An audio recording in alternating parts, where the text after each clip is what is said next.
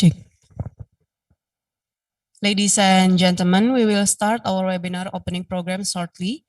May we have your cooperation to turn on the camera and mute the microphone on your device, unless you are the speaker. Thank you.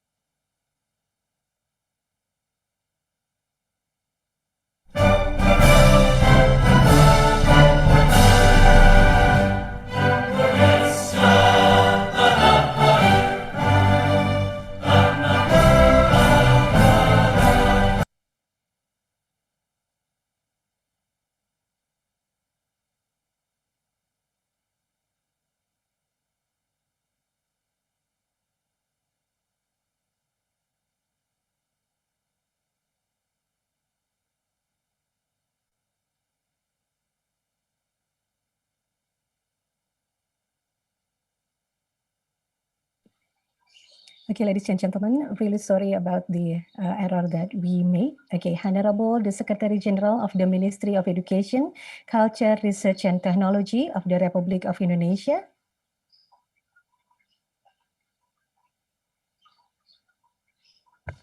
Respected the Director of SEAMEO Secretariat, the Acting Head of Bureau for Cooperation and Public Relations, the Ministry of Education, Culture, Research and Technology of the Republic of Indonesia, the governing board members of the SEAMEO Centers Indonesia, the directors and deputies director for 7 SEAMEO centers in Indonesia. webinar participants, distinguished guests, ladies and gentlemen, good morning. We wish everyone in good health today. I am Rita Anggarawati and my partner Rima Febriana will be the master ceremonies for the international webinar on contribution and impacts of SEAMEO Centers Indonesia on education in Indonesia and Southeast Asia this morning. First of all, allow me to welcome all of you and express our sincere gratitude and appreciation to your participation in this virtual webinar. Ladies and gentlemen, preceded our agenda this morning, may we present you the Indonesian national anthem, Indonesia Raya, SEAMEO Color, and SEAMEO Song.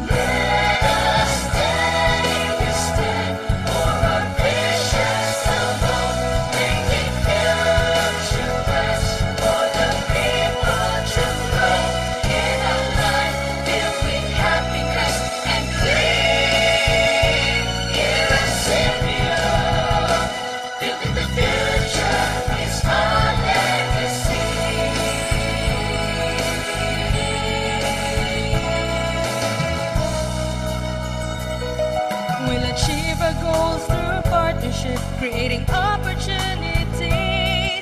By working hand in hand, we can accomplish all our dreams. For a better quality of life is now within our reach. Let us take a stand for a vision so bold, making future plans for the people to grow in a life filled with happiness and grace. Here at SEAMEO, building the future is our legacy.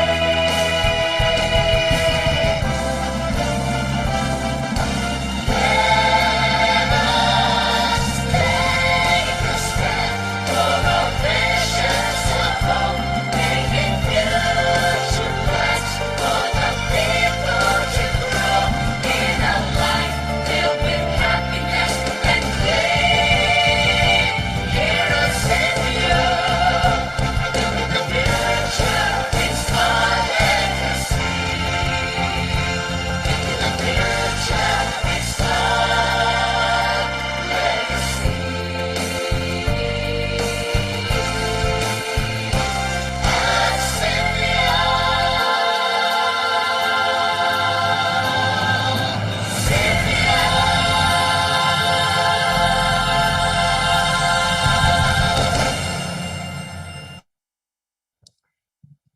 Ladies and gentlemen, as you may be aware, 7 SEAMEO centers in Indonesia hosted by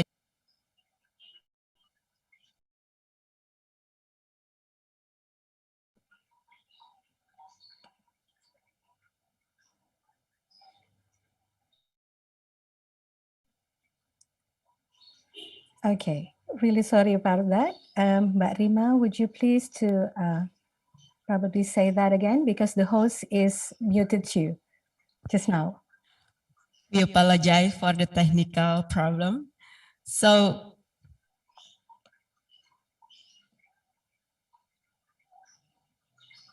7 SEAMEO centers in Indonesia, Ministry of Education, Culture, Research and Technology of Indonesia, and under coordination of has contributed remarkable achievements supporting education development within the region. The webinar today is organized to promote the roles and contribution of SEAMEO centers in Indonesia for education development in Indonesia and Southeast Asian region. To give better understanding about the centers and webinar event, may I invite Dr. Alfa Amirahman, the Director of SEAMEO Semolek, to deliver welcome remarks on behalf of 7 SEAMEO centers in Indonesia. Dr. Alfa, the time is yours. Thank you very much. His Excellency Minister of Education, Culture, Research and Technology of Indonesia, or the official representative, the Honorable High Officials of the Ministry of Education, Culture, Research and Technology of Indonesia, Honorable SEAMEO Secretariat Director, respective speakers, distinguished colleagues and participants, ladies and gentlemen, a very good morning to you all. Selamat pagi.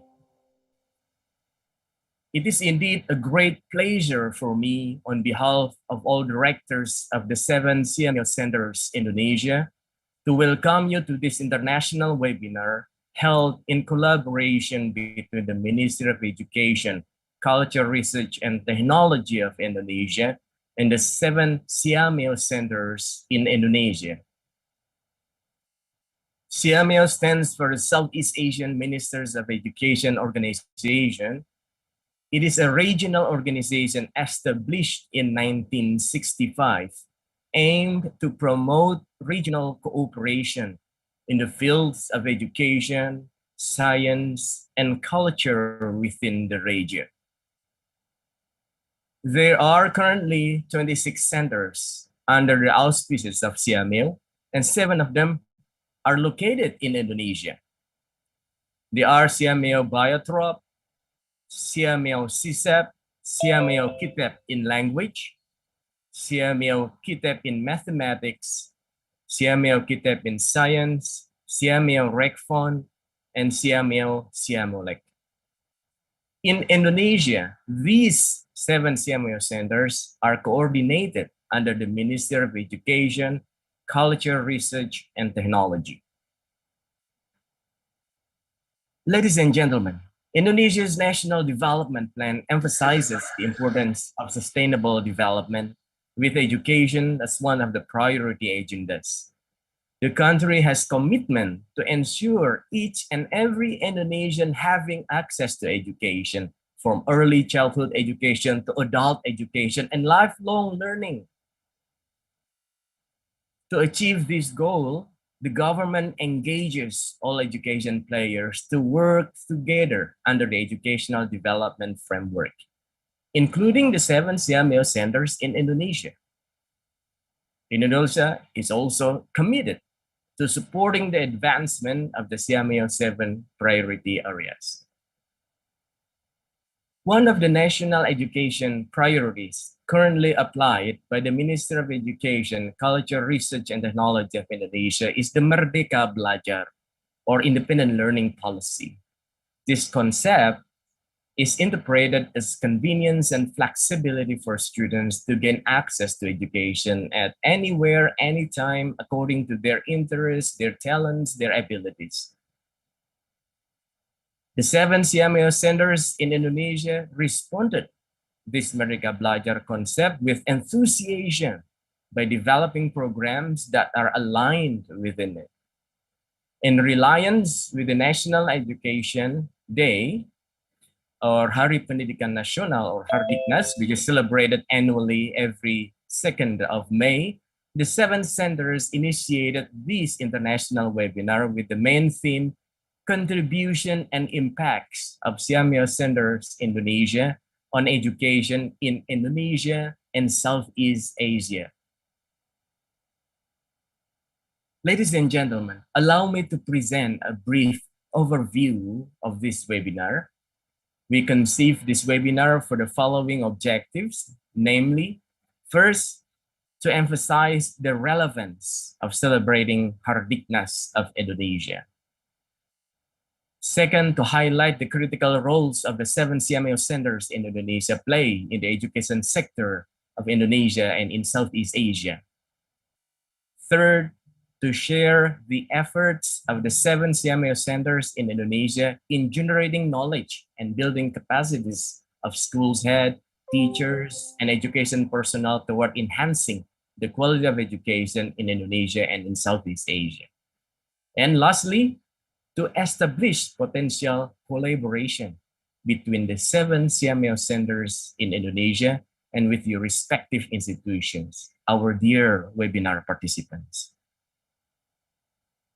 We are honored to have no less than the visionary and trailblazing Minister of Education, Culture, and Research Technology of Indonesia, His Excellency Nadiem Anwar Makarim, to formally open our webinar this morning, or his official representative. Our plenary speakers consist of the Secretary General of the Ministry of Education, Culture, Research, and Technology of Indonesia, Professor Dr. Ainun Naim, and the SEAMEO Secretariat Director, Dr. Ethel Valenzuela. Dr. Ainun will share with us the relevance and impacts of Hardiknas on the education sector of Indonesia and Southeast Asia, while Dr. Ethel will elaborate the important roles of SEAMEO centers in Indonesia in improving the quality of education in Southeast Asia. I do hope that you will find the panel discussion with the directors of the 7 SEAMEO centers in Indonesia interesting and relevant as we share with you our humble contributions and the impacts we have made so far on enhancing the quality of education in Indonesia as well as in other SEAMEO member countries. We look forward to interacting with you during the questions and answer portion. Ladies and gentlemen, on behalf of my co-directors of SEAMEO Centers in Indonesia, I would like to express our appreciation to all of you for joining our international webinar today. I'd like to believe that your presence here indicates your desire to collaborate with us along the 7 education priority areas of SEAMEO and the current strategic plan of the Ministry of Education, Culture, Research, and Technology of Indonesia towards achieving Sustainable Development Goal number 4 of ensuring inclusive and equitable quality education and promote lifelong learning opportunities for all. Thank you very much for your attention, ladies and gentlemen. I hope this virtual event will be held as expected. Let's have a wonderful sharing and fruitful discussion. Once again, welcome to our international webinar and very good morning to all of you. Thank you very much. Thank you very much, Mr. Director. Your Excellency, ladies and gentlemen, we apologize that due to unavoidable circumstances, His Excellency, the Minister of Education, Culture, Research, and Technology of the Republic of Indonesia, Mr. Nadiem Makarim, could not join us today.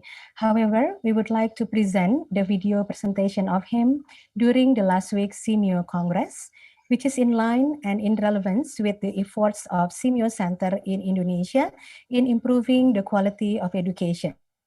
Ladies and gentlemen, may we now present the video of His Excellency, the Minister of Education, Culture, Research, and Technology of the Republic of Indonesia, Mr. Nadiem Makarim.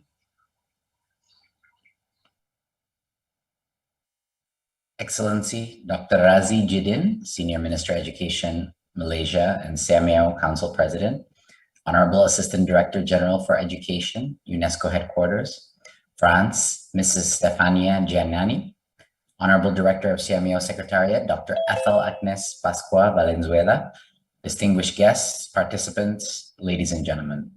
Assalamualaikum warahmatullahi wabarakatuh. We are currently living in one of the most challenging times we've experienced, not just for the ministers of education, but also for entire governments and all swaths of sectors. This pandemic has upended hundreds and millions of lives. And it is the biggest global challenge that I have certainly lived through. Against this backdrop, currently our goal in Indonesia right now is how do we ensure that children are continuing to learn and continuing to grow? And this is a very, very challenging issue because what we've noticed during this pandemic are key exacerbation of problems that were already existing.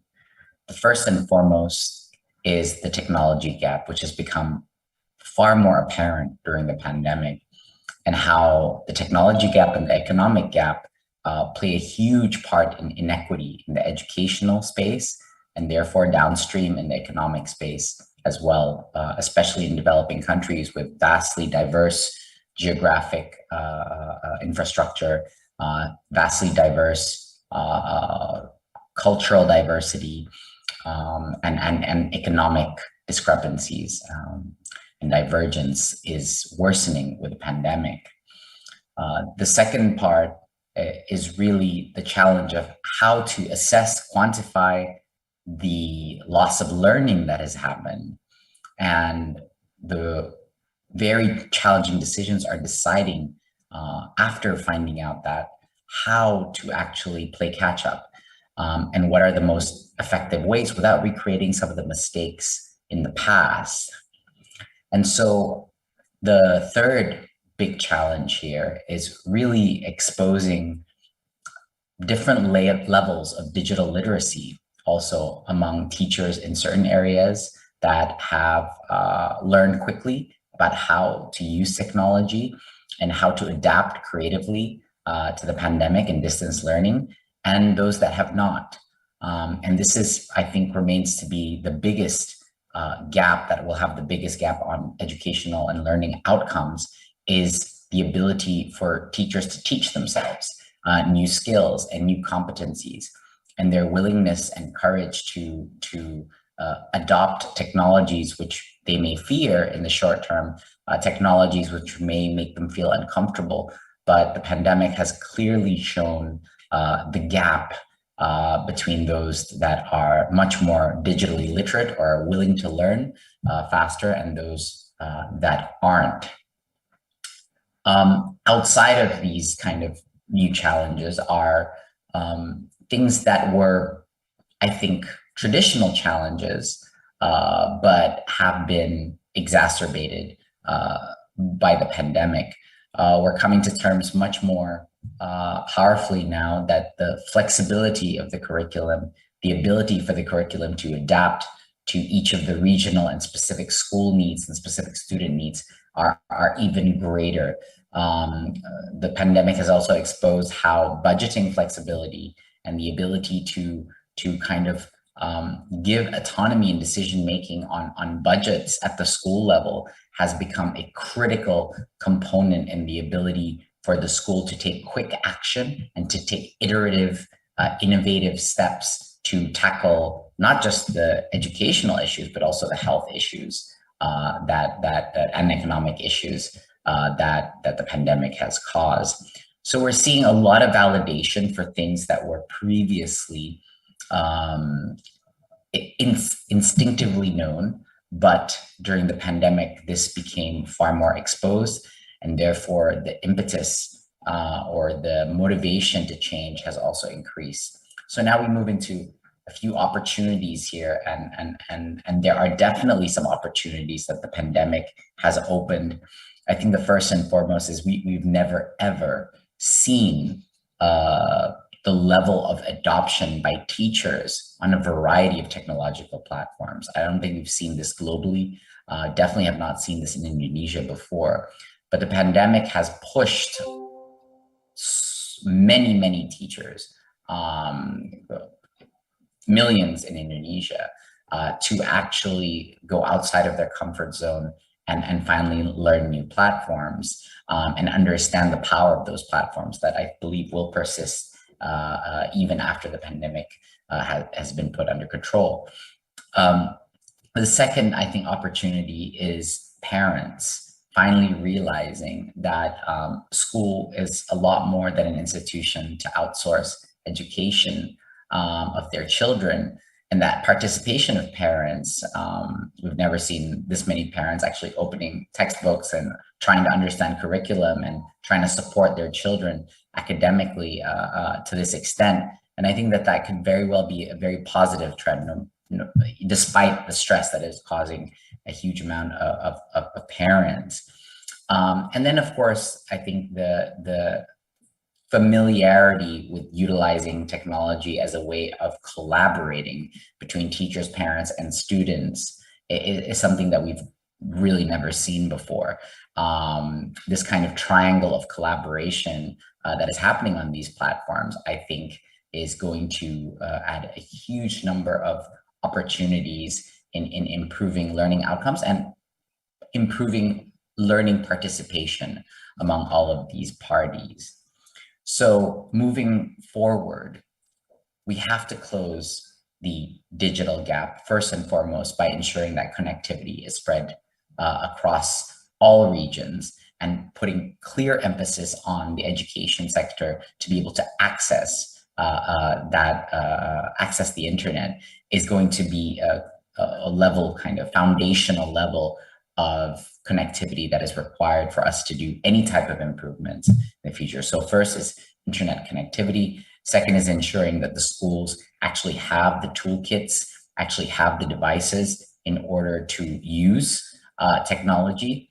The third is the ability for teachers to access a huge amount of independent learning to understand how technology can help in the classroom. I think a lot of the innovation in EdTech focuses on how to, and understandably, how to create revenue from parents wanting to pay for supplementary materials and courses for their students. But I think the huge, bigger opportunity to improve learning outcomes is technology for teachers. Technology for teachers to spend less time in administrative purposes, spend less time in manual tasks, and focusing a lot more thinking time and collaborating time with other teachers to think about how to make their classes better. So I think technology for teachers and by teachers is going to play a critical role in increasing the quality of education in the future, enabling teachers to be able to do rapid assessments and diagnostics on their class and being able to segment their class, being able to personalize their classes, being able to do innovative models like the flipped classroom in which they watch materials at home and then go and solve problem sets in schools. The ability for the first time to perfectly personalize homework for every single student. These are all the opportunities that are available with technology, digitizing the curriculum, digitizing the materials, and providing autonomy for both the teachers and the students to actually access that is one of the greatest opportunities, I think, in educational technology today. But that will need to be supported by a series of legislations that focus on providing autonomy of budgeting, autonomy and flexibility on the curriculum, and also a simplification of the bureaucratic and administrative requirements that teachers have to undergo in order to continue in their career and so on. So the big challenge in Indonesia today is the shift from the administration of education to the achievement of learning. And this is one of the most challenging, but I think one of the most important goals that certainly technology can play a huge role in. Thank you very much, ladies and gentlemen. Wassalamualaikum warahmatullahi wabarakatuh. Waalaikumsalam warahmatullahi wabarakatuh. Thank you, His Excellency, for sending us a clear message. So, ladies and gentlemen, we are still waiting for the presence of the Honorable Secretary General of the Ministry of Education, Culture, Research and Technology of the Republic of Indonesia. While waiting for your convenience, we are going to take pictures to memorize this precious occasion. May we request our guests of honors and all panelists to turn on the camera for group picture. But then we are going to divide into two sections. Kindly please follow my lead. The first section, may we invite all the research persons, VIPs and BODs of the 7 SEAMEO Center to open the cameras. Other panelists, please kindly wait and close the camera. Our IT team will manage to do this. Okay, I just got one message. IT person, would you please help to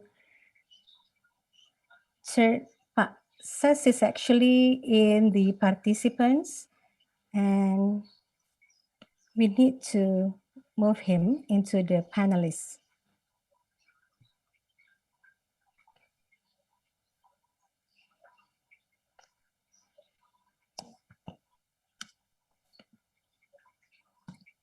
Okay, thank you. Thank you for that.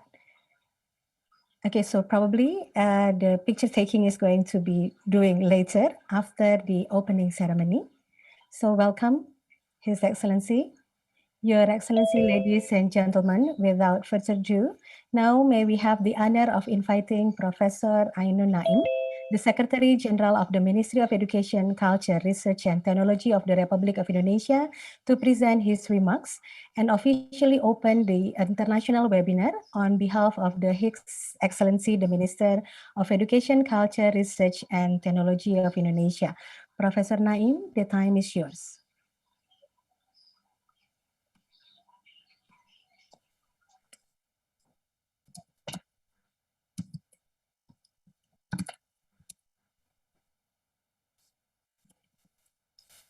Morning. Assalamualaikum warahmatullahi wabarakatuh. Honorable SEAMEO Secretariat Director,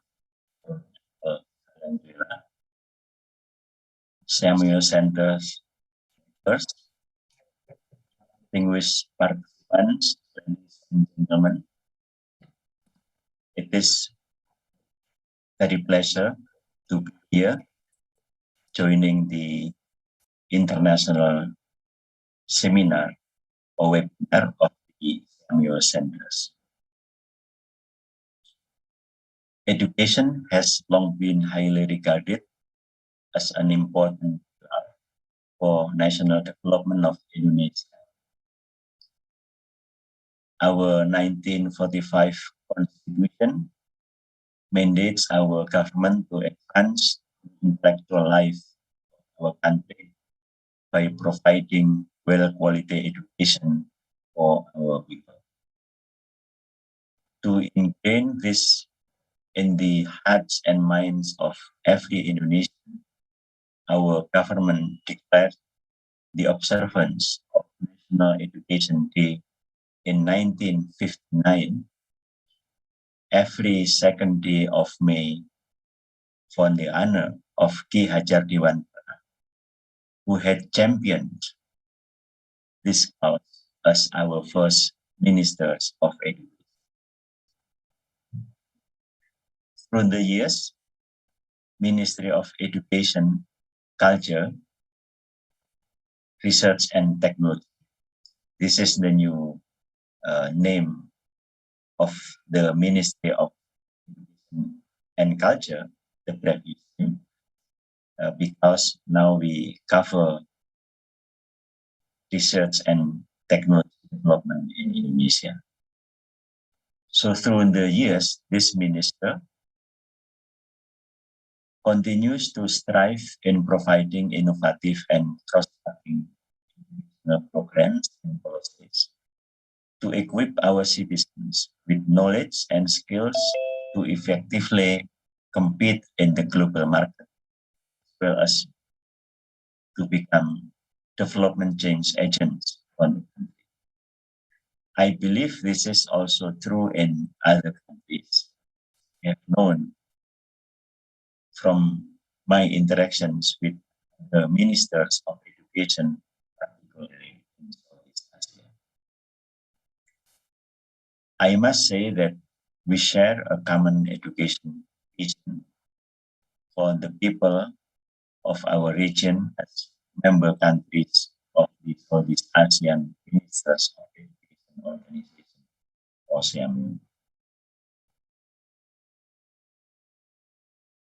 Today's seminar, I learned, aims to highlight the important roles of the 7 SEAMEO centers in Indonesia in responding to the need of enhancing the quality of education in SEAMEO member countries. Allow me at this point to congratulate them for their contributions and impacts on the education sector in Indonesia, in particular in Southeast Asian region.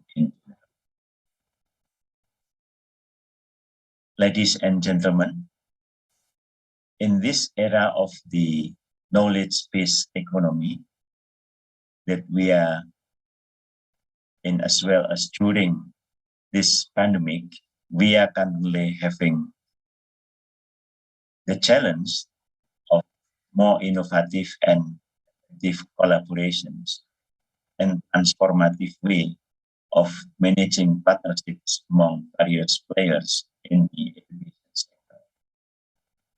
We need to develop programs and approaches that could deliver and enhance connectivity among our learners given the available information and communication technologies. We need to enable our learners to realize their full potentials and to ensure that they acquire high-order thinking and pragmatic skills, even outside the classroom setting. It is in this premise that the Ministry of Education, Culture, Research and Technology of Indonesia launched the Merdeka Belajar concept, or literally the independent learning or emancipated learning program. Merdeka Belajar is designed to promote a spirit of mutual cooperation among all education stakeholders towards removing the barriers and providing more creative and innovative learning for students, making them more well-rounded and competitive individuals. It also means that Merdeka Belajar is to facilitate students to actualize their potential, not narrowly shaped by the school curricula. On the school curricula, is made to be flexible to facilitate the students to actualize their potential.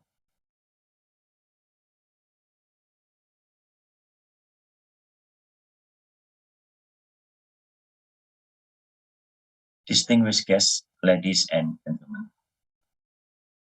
Now, let me explain to all of you about the why the second day of May.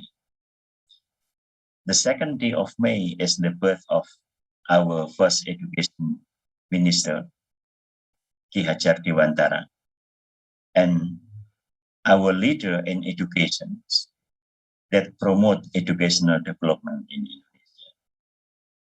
He has very important concept in education that's become the theme of this ministry. Tuturi Handayani, yeah, it's part of the philosophy. That's the theme of our ministry.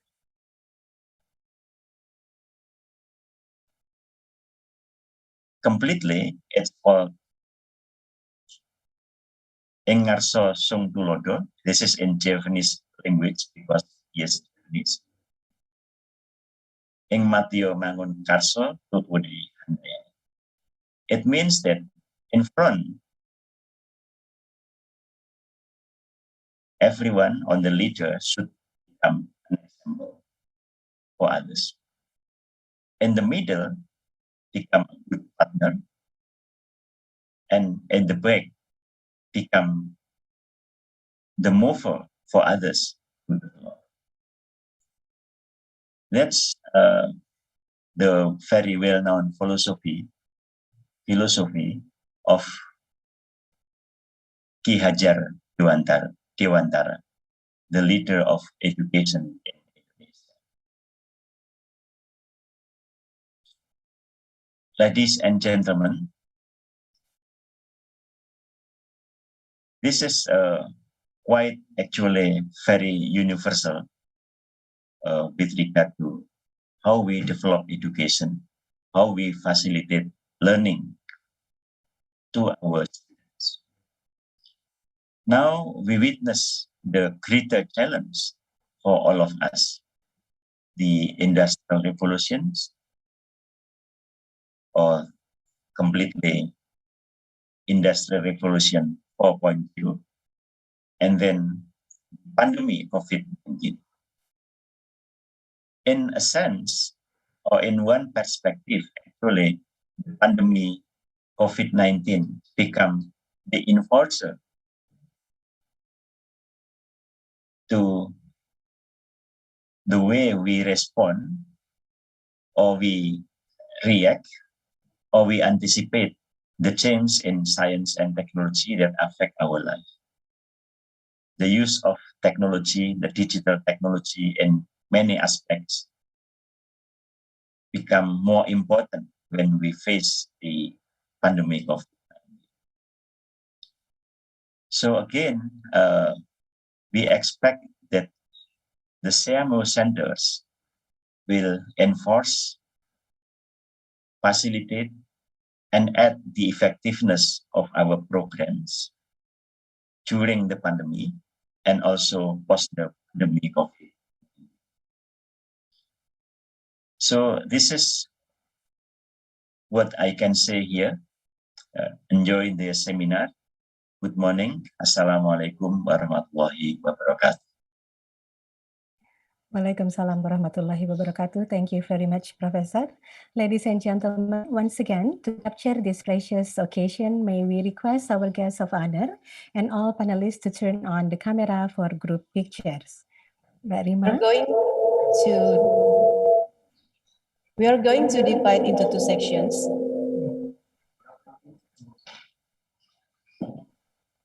We apologize again for the technical problem. We are going to divide into two sections. Kindly please follow our lead.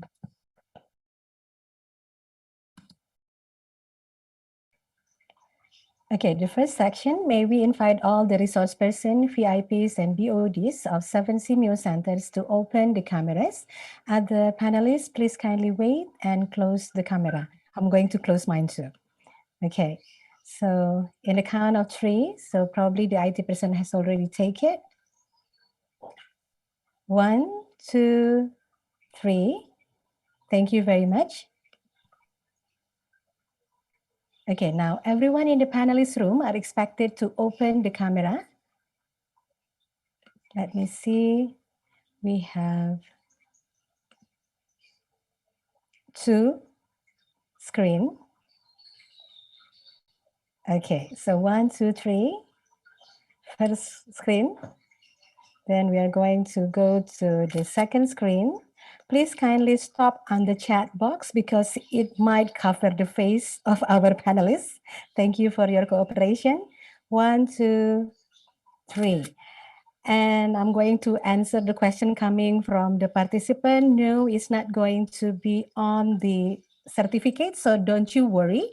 Actually, if your face is not been taken, it's not going to affect your certificate. Thank you very much. Mbak Rima, after you.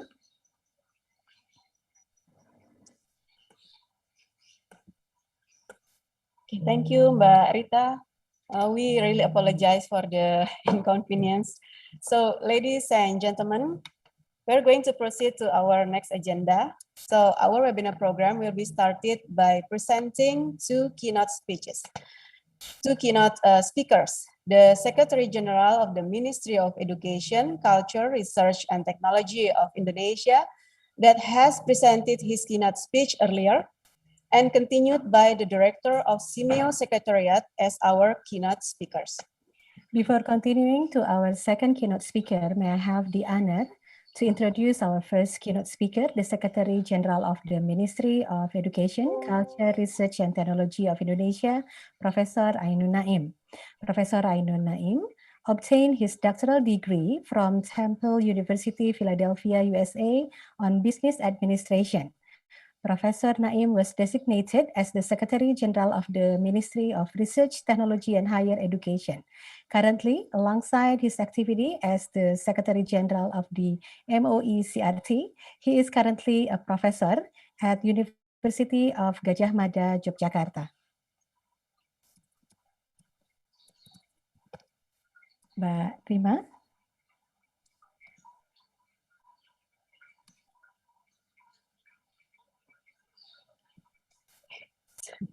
Okay. Yeah, ladies and gentlemen, joining with us, our second speaker is the Director of SEAMEO Secretariat, Dr. Ethel Agnes Pascua Valenzuela. Dr. Ethel Agnes Pascua Valenzuela is presently the Director of the Southeast Asian Minister of Education Organization Secretariat, the first female director since SEAMEO was organized in 1965. She served as the first female deputy director for program and development of SEAMEO Secretariat from July 2015 to March 2019, and led the Educational Research and Innovation Office of SEAMEO Innotech. From 2006 to June 2015, she led the Educational Research and Innovation of Office of SEAMEO Innotech. Dr. Valenzuela holds Doctor of Education in Educational Management at the La Salle University. With that, ladies and gentlemen, may I ask that you give full attention to Dr. Ethel Agnes Pascua Valenzuela and help me in welcoming her to deliver her keynote speech. Dr. Ethel. Thank you very much, and a very good morning. Thank you very much, His Excellency Dr. Nadiem Anwar Makarim, for a very inspiring opening message, and also to the Honorable Dr. Ainun Naim, the Secretary General of the Ministry of Education, Culture, Research, and Technology, and to our 7 centers, the directors of SEAMEO Biotrop, SEAMEO Simulec, SEAMEO RecFon, SEAMEO Centers for Quality Improvement for Teachers and Education Personnel in Math, Science, and Language, and SEAMEO CHECHEP, or the Center for Early Childhood Education and Parenting. Honorable governing board members, officials of SEAMEO centers all over Southeast Asia, esteemed participants, friends, ladies and gentlemen, a very good morning. I'm very happy to join you all because today we are very privileged to listen to the esteemed speakers from our SEAMEO centers in Indonesia. The standout SEAMEO centers leading educational transformation in Indonesia will share their compelling stories and their contributions. Some of them have existed for over 50 years, and the rest, some of them are quite new, almost 10 years or younger.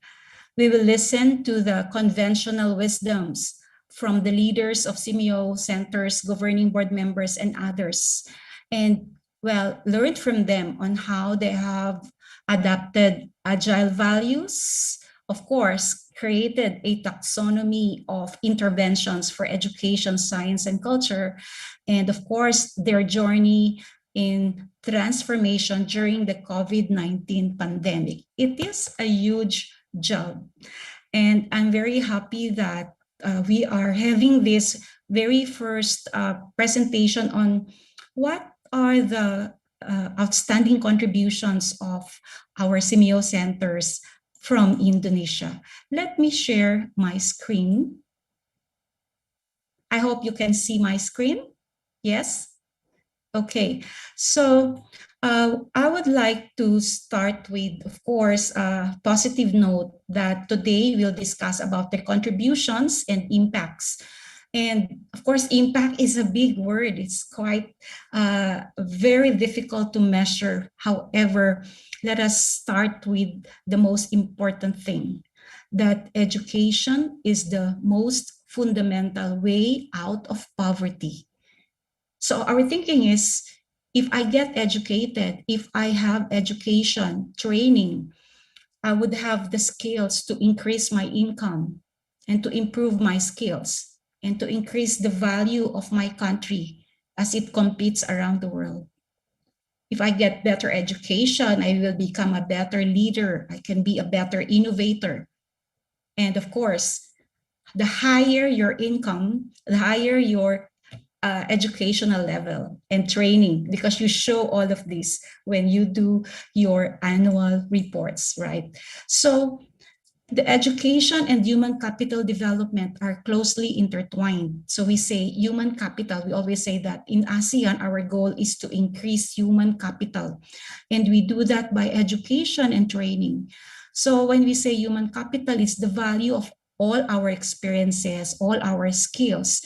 And this is measured by access to schooling, access to education, and not just access, but it is also measured into quality of learning. So whatever you get from school, it should be of good quality. And whatever you get from SEAMEO centers, it should be of good quality. So the findings reveal that in the current situation of Southeast Asia and the rest of the world, we have increased our access to education over the years because we were very active in education for all in 1990s and 2000.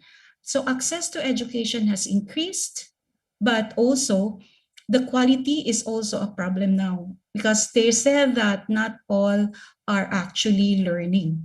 So within the context of ASEAN goal of human capacity development, this is where the center should really address that we provide not just access, but also quality. So as mentioned by our dear minister today, in the situation of COVID, more than half of the children in low and middle income countries do not learn to read with comprehension. So we have a Center for Early Childhood who can actually contribute to the discussions. And millions of children are now missing education due to the pandemic. They go hungry, they miss their school feeding program, and for the women and girls, they go for early marriage, child labor, and sometimes we cannot escape violence. So at the heart of this COVID-19 pandemic, we experienced a lot of challenges. So many of the poorest children from our region do not have access to online training like this one, or mobile learning, or hybrid learning, what the others are using. And it is projected that 370 million children miss out on free and subsidized school meals. So still in our region, many of our countries offer a school feeding program. And so when not in school, they have all of those challenges, such as early pregnancy and the rest. So at least 24 million children now, it already reached a lower level now, but they're projected to still drop out of the school because of the pandemic. And that's a huge number still to address. 24 million children who will not have the chance to improve the human capital of the country and of the region. So we are forced to learn in lockdown, to pursue home-based learning, to use digital technology, and it also affects many who are losing their jobs. There are also many who are losing their jobs. They cannot cope with this, work from home, digitalization. They simply cannot. And a lot of workers are displaced. We're saying that the SEAMEO centers can help because we also promote lifelong learning, right? So we don't want to continue with learning poverty, that kids are school but not learning. We also don't want to see that children will simply finish and will not have jobs. They don't have the skills, they don't have the proper education. So this is actually a situation that we are addressing. So instead of thinking about learning loss, learning poverty, we will be asking our centers to contribute to learning realignment, that we need to reach out and get those children and teachers out from this situation. And that is SEAMEO Cares. So the new normal is that since last year, March, I remember I have asked the SEAMEO centers on the webinar. So our first webinar series was actually April. At the same time as we're having our SEAMEO Congress, that was our first webinar. And from that time on, we have already reached over 1 million teachers and learners since the pandemic. So we have asked our centers to go online platforms, no one left behind. So we have online series from education for culture and science. And we have also asked centers to contribute their learning resources and materials for free. So if you will go to our website at SEAMEO Secretariat, we have even asked our partners to contribute their learning resources for free, and many of them are really of good quality. We have asked our SEAMEO ministers, Council of Ministers, to share the responses, and you can still review them up to now, how each country addressed the challenges brought by the COVID pandemic. So the news is that we were able to transition to the new normal, doing everything, teaching, learning, training online.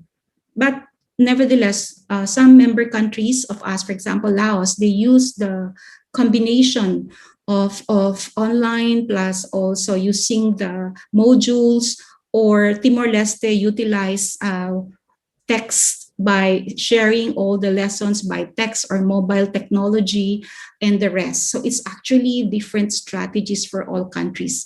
But the thing is that we were able to move as one in our region. So many of you are curious because the topic is actually impact. We have a roadmap. Since 2015, we already have adopted priority areas. The priority areas of SEAMEO starts from the heart, which is early childhood care and education. We envision that by 2035, all at least 5 years old boys and girls will be having access to kindergarten, at least one. But in our region, some countries have 3 years, preparatory, nursery, and kindergarten. That's fine. But the minimum that we request from Southeast Asian countries is at least kindergarten, which is a policy, a national policy to have everyone, because the foundation years is in early childhood care and education, which is linked to number 2, inclusive education. So centers are also doing a lot of job to address barriers to inclusion And then because we are in a region where there is a lot of problems on emergencies and cases of, for example, tsunami or storms or volcanic eruption, we also have asked our centers to do training or education for emergencies. At the heart also of our intervention is promoting technical vocational training, because this is important for skills development. And don't forget teachers, they need to be revitalized, they need to be motivated. We need to get good teachers and higher education and adopting 21st century skills. So how are the centers doing their job? So you see in 1 year's time, the centers have 293 activities, whether it is face-to-face or online. And it is a lot of intervention per year. So the pandemic did not stop them from carrying on their job. So as you see, however, many of their activities are on higher education and 21st century skills and teacher education. So those are the three areas where most of our centers are working on. And priority areas for inclusive education and early childhood, we need to improve our activities there. So the ministers have moved forward with asking the centers to enhance teacher training, foster learning environment that is free from disruption, and also sustain open educational resources. And the recovery is now what we are currently doing, supporting teachers online, having country guidelines for COVID-19 prevention. We are still in a second or third wave. Recovery from learning gaps that I mentioned, the learning poverty, and support the disadvantaged learners. And we were trying to do our cares for fund for COVID-19. So you will see more and more activities from our centers, because it is now our a decade launch of our strategic plan. Science agenda and culture agenda is part of our discussion. And we will continue to work with other international organizations to promote better coordination of educational intervention for human capital development. Let's go to researches. So our centers are into capacity building, into research and partnership. So when it comes to the research of the centers, many of them are carrying out a lot of researches. And their funding comes from their own budget or government funds, international and multilateral organization, and private funding, and our own endowment fund.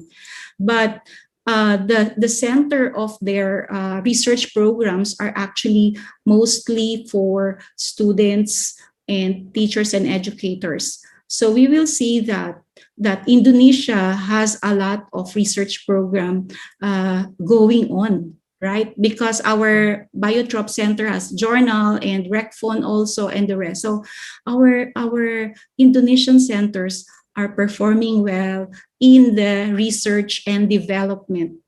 So this is the grade for impact, okay, 89.47%. Okay, and well, you can see that our centers are very, very active. For example, here I have shown to you how much or where did the centers contributed in terms of the research program. So you see Biotrop has 67 accomplished and 26 ongoing, and the new centers such as KIMKIS and RecPhone also, they don't stop. They also contribute to research and development, and also Simulec and our centers of other centers have also contributed. So in education, the ongoing research is like a lot accomplished. In education, 67, in science, more, 105 were accomplished, and many are still ongoing.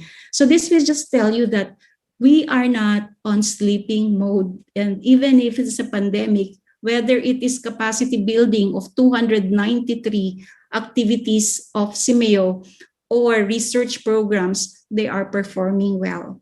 So as you see from the overview of our research, the second domain of the function of the centers accomplished just the last 2 years 176 total, and ongoing 123 researches. These are scientific researches or educational policy researches and the like. So the centers are in somehow utilizing their budget and the host country's budget, but they are really doing well in terms of their accomplishments for capacity building and their research. And of course, now we are launching that we work together as one. Centers and ministries of education will develop CARES, COVID-19 Accessible and Responsive Educational Support Fund and Program to develop online learning resources and train more teachers even online or through webinars. So this has already been approved by our ministers, and I'm very lucky that most of them were able to say this during the SEAMEO Congress last week. So this is we started with some of the border school. We also have border school project. We went to Thailand and Laos border and helped or assisted those without any learning resources at all to have at least books and all of these online facilities. Of course, we need to do more because now lockdown, we cannot go out of Thailand right now and we cannot do a lot. But way forward is continue this collaboration for educational policy for the region and to think about the center of intervention, which is the learners. We need to retool and have them equipped with 21st century skills like the minister's message that digital gaps should be addressed and we should continue our work. So collaboration is a must. And we are here, we are willing to help, we're willing to facilitate all of these for our member countries. And well, to save the future, we are also asking that we continue to reopen schools and make education more inclusive, do not leave anyone behind, strengthen teachers and the workforce, the school principals, focus on education technology, and have education budget, real education budget, especially in this time of pandemic. Do not cut the education budget and mobilize the international resources for financing education. And let's use our resources better and more effective. So, well, in lifelong learning, we will continue to ask our centers in Indonesia to do more policy advocacy to reach out because education is life, to identify all the areas where you can really intervene and help and offer documentation of this so other countries can also learn. So I think, well, I am very happy to say that I am very, very honored to share with you that our centers in Indonesia are doing great and we will continue to work with them. And if you want to look at all of those reports, just go to the SEAMEO Center website. We have the resources that are for free. You can download and get them. So with this, I would like to really ask you to subscribe our channel and be updated on any happening, any webinar from us and our centers. Thank you so much. Thank you so much, Dr. Ethel, for the brief and insightful materials. Ladies and gentlemen, now may we proceed to the panel discussion that will be facilitated by Ms. Marcella Dwinda Dati Hutami from Cooperation and Public Relations Bureau as the moderator. The director of 7 SEAMEO centers in Indonesia present the programs and activities of the respective centers. Therefore, may we invite Ms. Marcella to serve as the moderator for this discussion. Thank you, Mrs. Rima and Mrs. Rita for the introduction. And good morning, ladies and gentlemen, and dear participants. Yang terhormat Bapak Ibu semua.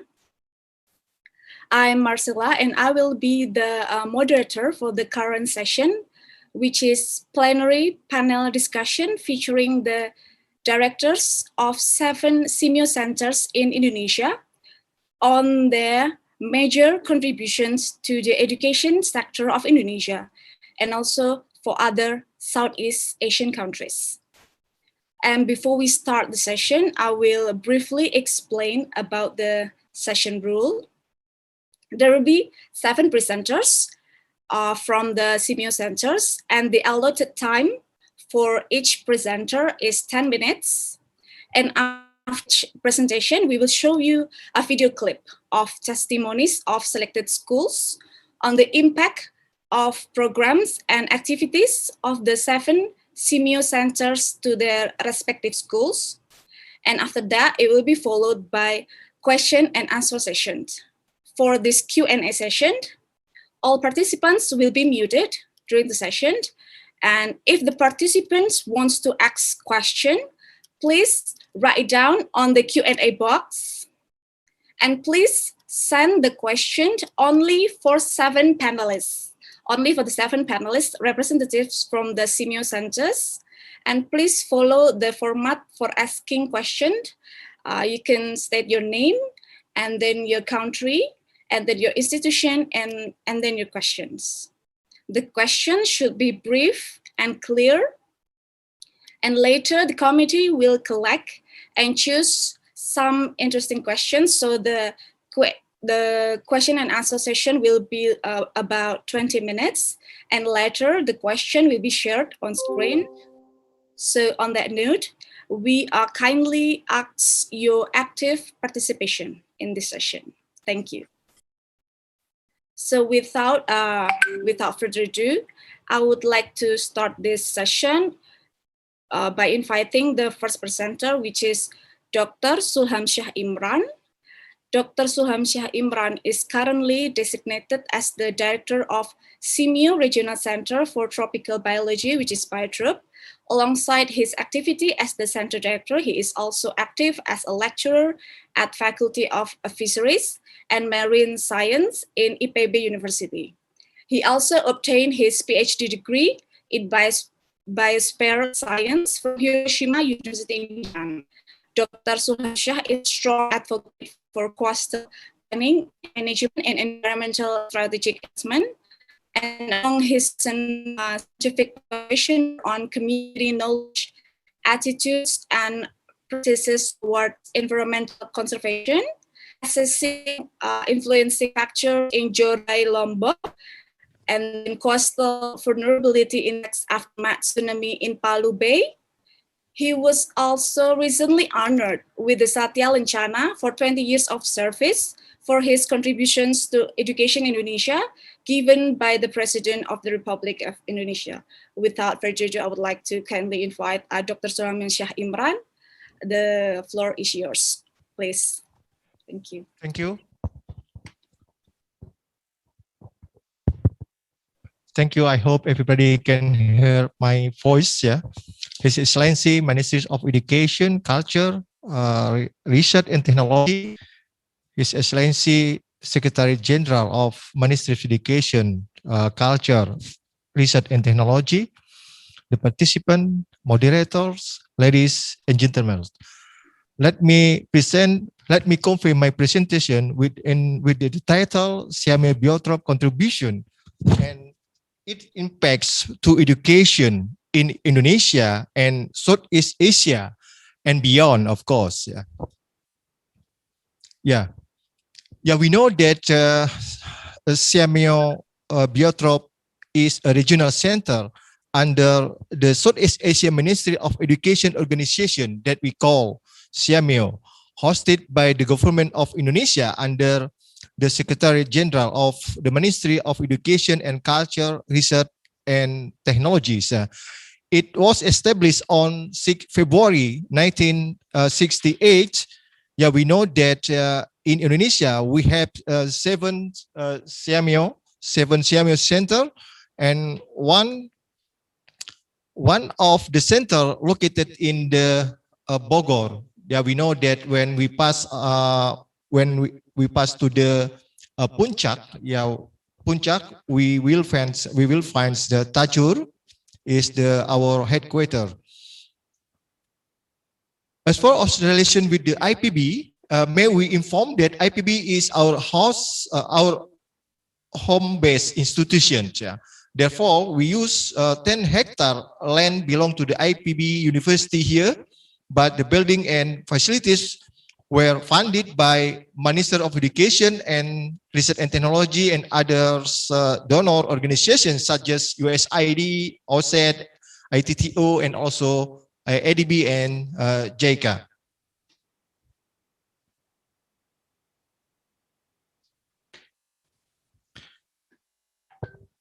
Yeah, we know that the SEAMEO Biotrop has several program and activities to support and an education in Indonesia and also Southeast Asia, such as Smart Bee programs, fruit garden program, and then school garden, food safety, environment conservation, star village, and entrepreneurship. Yeah. SEAMEO Biotrop has provides some laboratories such as tissue culture, entomology, phytopathology, aquatic, biotechnology, natural product, GIS and remote sensing, biosystem, herbarium, and environmental laboratory. We also have the one master program that conduct joint partnership between SEAMEO Biotrop and IPB University. We provide also some dormitory as well for the participant who attend our training. Next, please. The most interesting one modality of our center is International Journal of Biotropia with Scopus Indexes and Quarter 3. Yeah, we know that the international journal we need for our publication, not on especially for researcher and lecturers. Yeah, we do hopes, you know, with the couple next year we will provide one journal for the teachers. Yeah, especially for the vocational teachers. Yeah, we can see that this journal we publish regularly twice a year since 1970s. Yeah. Next, please. Yeah. I would like to elaborate some information what laboratories do for our research in SEAMEO Biotrop. For example, here we can see that biotechnology laboratory has a research concern on genomic application, transcriptomic method for obtaining superior and disease-resistant plants, DNA barcode from various plants, animal, fungi, and bacteria. We can see also another laboratory such as the aquatic laboratory has research concern on the cultivation of aquatic fauna, which means fish and lobster here, such as ornamental fish and freshwater fish, such as freshwater crayfish. In Bahasa, we call lobster air tawar. Perhaps in this year, we will cultivate faname as the marine brackish water shrimp fish. Yeah. Another laboratory, what they do every year, as we can see in this slide. Next, please. This slide shows to us that there are fluctuative number of research and institution participation in the period 2015 to 2021. We can see here the highest number of research is around 30 research in 2080, and then the lowest number is in 2020. Yeah, due to our preparation of fund from the national budget land in Indonesia. However, a number of partnerships are increased year to year, come from university, yeah, like is the Gajah Mada University, Diponegoro University, IPB University, and also research institution and vocational high school, including the senior high school that conducted for the school garden activities. Yeah. It can be seen that we changed stems and got diverse product of research, including publication, learning modules, and model or prototypes. As we can see in this slide, yeah, I cannot read all because takes time. Yeah. Besides research, capacity building activities, regular and term training, and learning activities such as regional training, national, in-country, and on request training course based on the fee-based. Yeah. Some seminar, workshop, a symposium, conference, focus group discussion, and meeting as request, yeah, and also what the SEAMEO Biotrop need to do to assess to meet with the hot issue. Until now, we have some topic for the training activities, namely school garden, youth farming, aquaculture, identification of mycotoxin, tissue culture, herbarium, invasive species, and so on. Let me convey a little bit biotrop intensive programs. For years 2016 to 2020, we have 48 students from more than 136 learning institutions to conduct internship and or on-the-job training. So many students come to the SEAMEO Biotrop and they conduct their internship. Some continue with their research for the student in university. Area of internship, yeah, we can see here we propose pest control, hydroponic, natural product, biotechnology, herbarium, waste management, tissue culture, food. Please next, please. Next, please. Yeah. Geographic information system, information technology, and office administration. Yeah. That there are some research working relationship. We cover also active 2 diploma student, 104 undergraduate student, and 23 postgraduate student, and 458 students from 85 university and 77 school. Next, please. Since 2019, we collaboration with the PT Kibo and Associate Agriculture Company in Japan. SEAMEO Biotrop launched overseas internship. This picture show us some activity conducted by students come from Juanda and Satya Negara Indonesia University in Hokkaido 2019 and 2020. Even we face the pandemic COVID-19. Now we have prepared 22 students from faculties of Fisheries and Marine Science, Pajajaran University, to conduct their internship on scallop marine culture in Hokkaido, Japan. Next, please. Now we arrive on Smart Bee program as one of our leading programs in SEAMEO Biotrop. Yeah, we know that Smart Bee program really in line with the President Instruction number 9 2016 on revitalization of vocational school to increase competitiveness of vocational school alumni.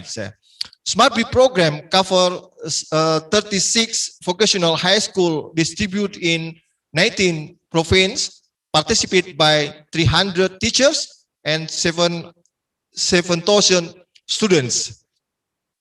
Smart Bee program was extended to 32 high school that include senior high school, vocational high school, Islamic boarding school, and Islamic senior high school from Bogor district participate by 96 teachers. Yeah. So this year we will expand this program to this Southeast Asia, and also we will invite some vocationals for some potential vocational school to engage this Smart Bee program. Next, please. We can see in this slide, so as training for training was conducted, a training program participated by 266 vocational high school, Islamic boarding school, and Islamic senior high school, and then 1,861 teachers. Yeah. The eighth topic of training within Smart Bee can be seen in this table.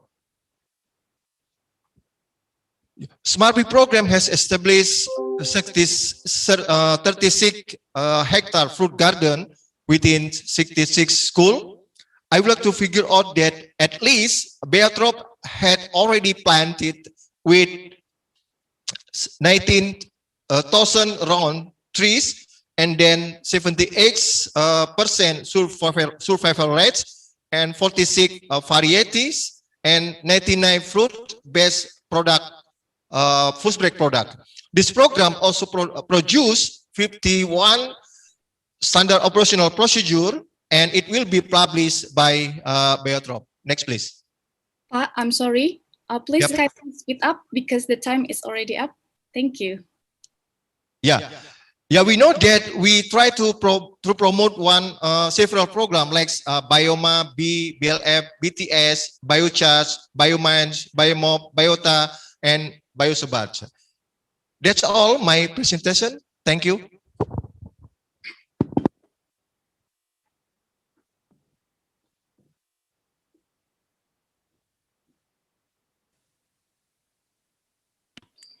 You are still unmuted, Miss Marcella, sorry.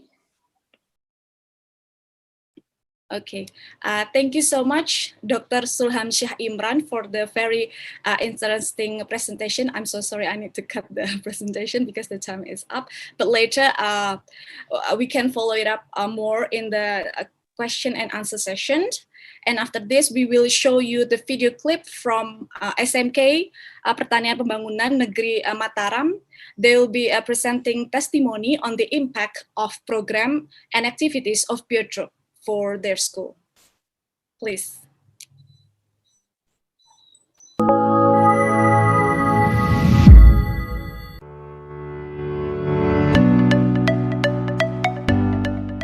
Kami dari perwakilan SMKPP Negeri Mataram berterima kasih kepada SEAMEO Biotrop telah berpartisipasi dan membagikan ilmu mengenai program Smart B.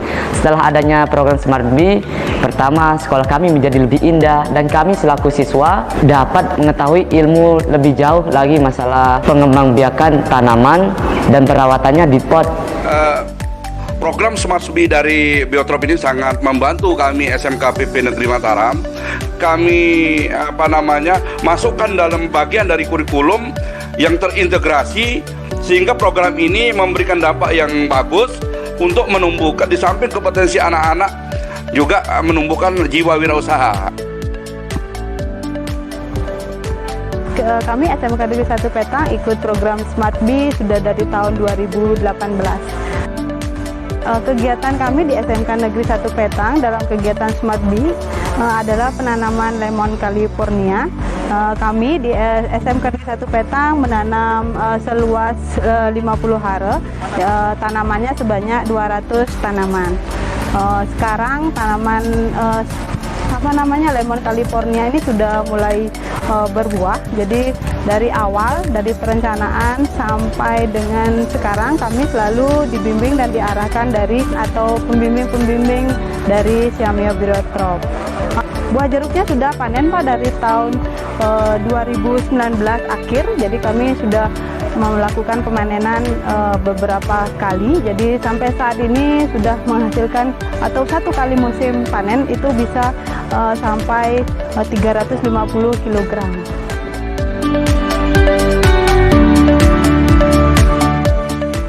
Saya terpilih menjadi salah satu guru yang mengikuti magang industri di SEAMEO Biotrop. Nah, untuk prakteknya di situ saya mengambil tentang hidroponik. Hidroponik yang saya dapat di sini itu pun membuka mata saya bahwa ternyata budidaya secara hidroponik itu ya adalah sebuah cara pertanian modern yang saya pikir selama ini sangat susah, ternyata tidak susah gitu. Asal ada aja kemauan. Pertanian kita itu tidak hanya sekedar mencangkul loh, kita bisa juga bertani secara elit istilahnya gitu.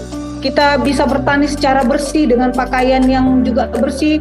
Kemudian dengan adanya hidroponik ini masyarakat itu udah semakin tinggi minatnya untuk mengkonsumsi sayuran-sayuran hidroponik.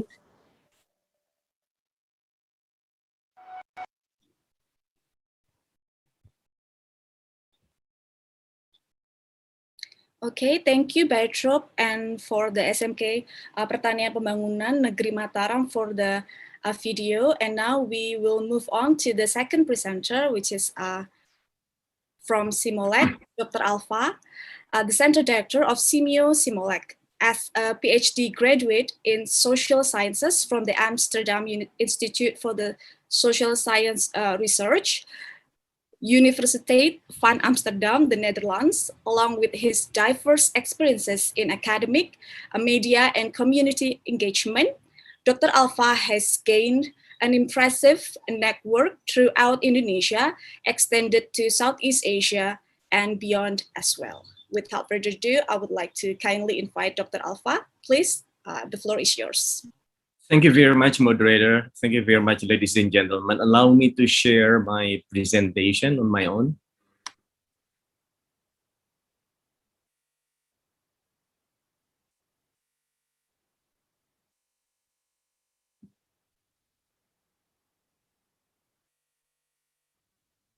Ladies and gentlemen, I would like to elaborate our work, our effort in the development of distance learning in higher education.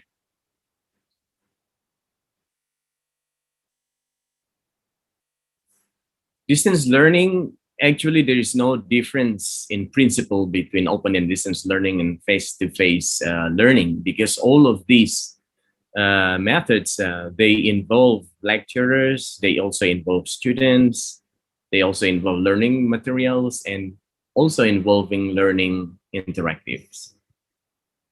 And distance and learning concept, yeah, we have provider, higher education institutions. This higher education institution should act as providers, and then there should also a platform which is in the form of learning materials, and then the service that we are giving is the learning activities, and then the users, student, lecturers, and then administrators. This is the distance learning concept.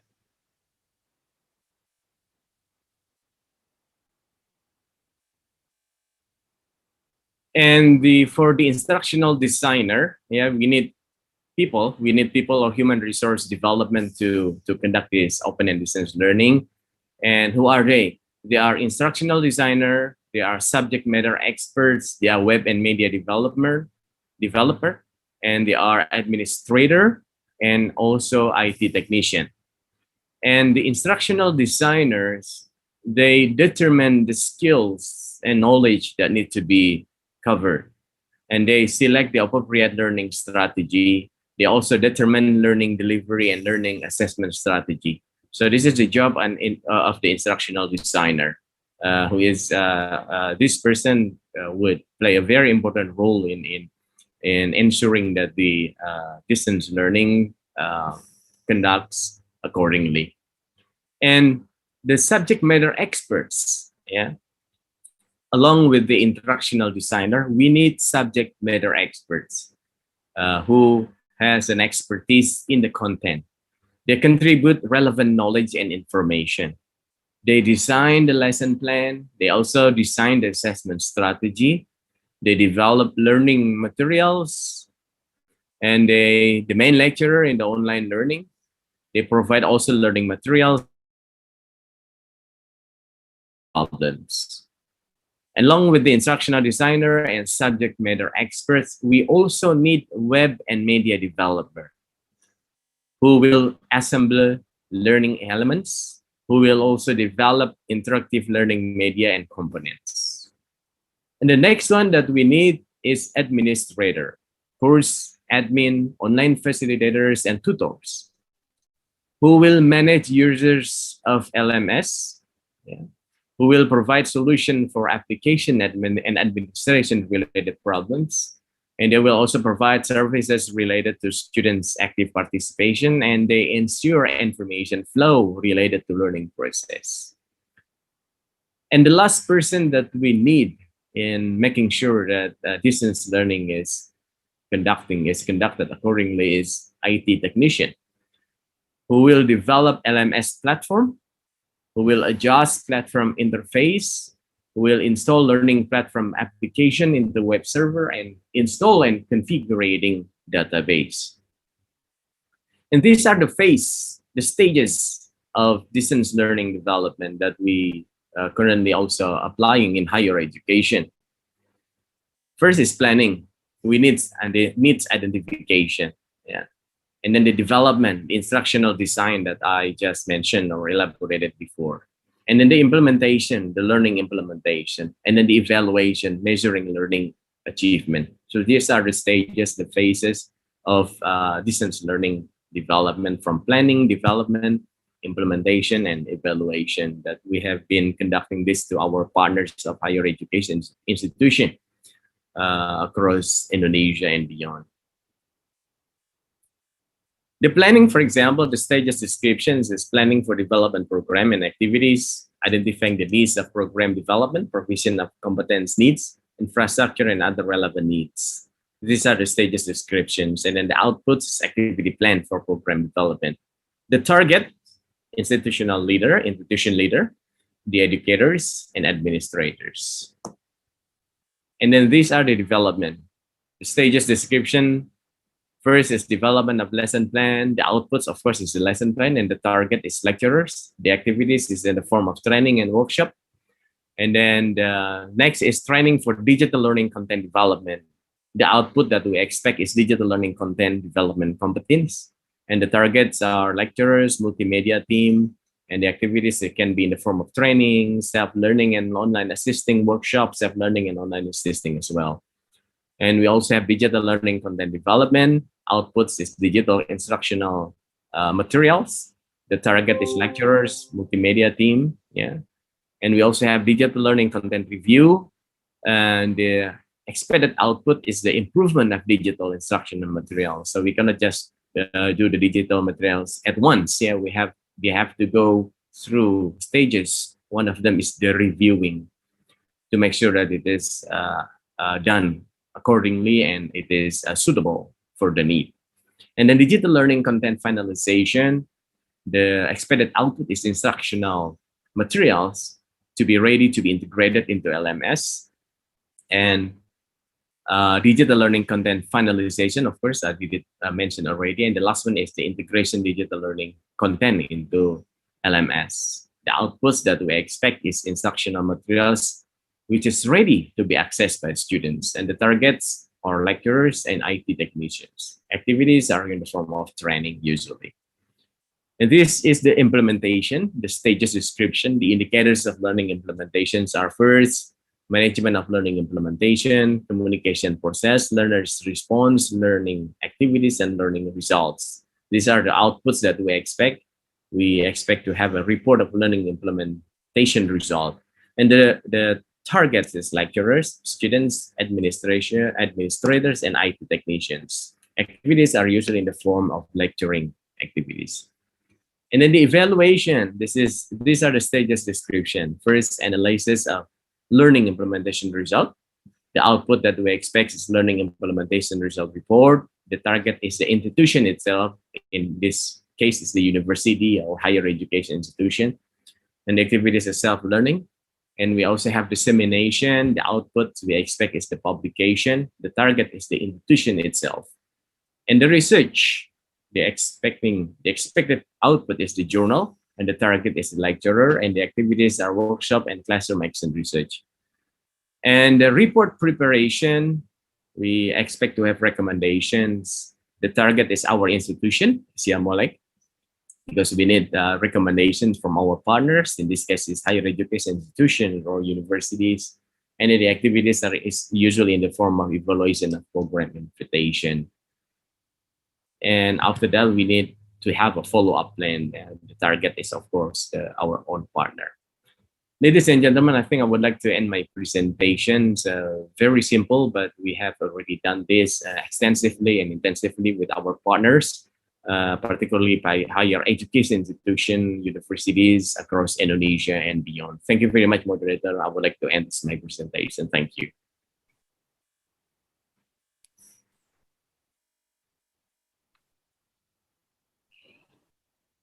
Thank you so much, Dr. Alpha, for the very concise presentation on development of distance learning in higher education.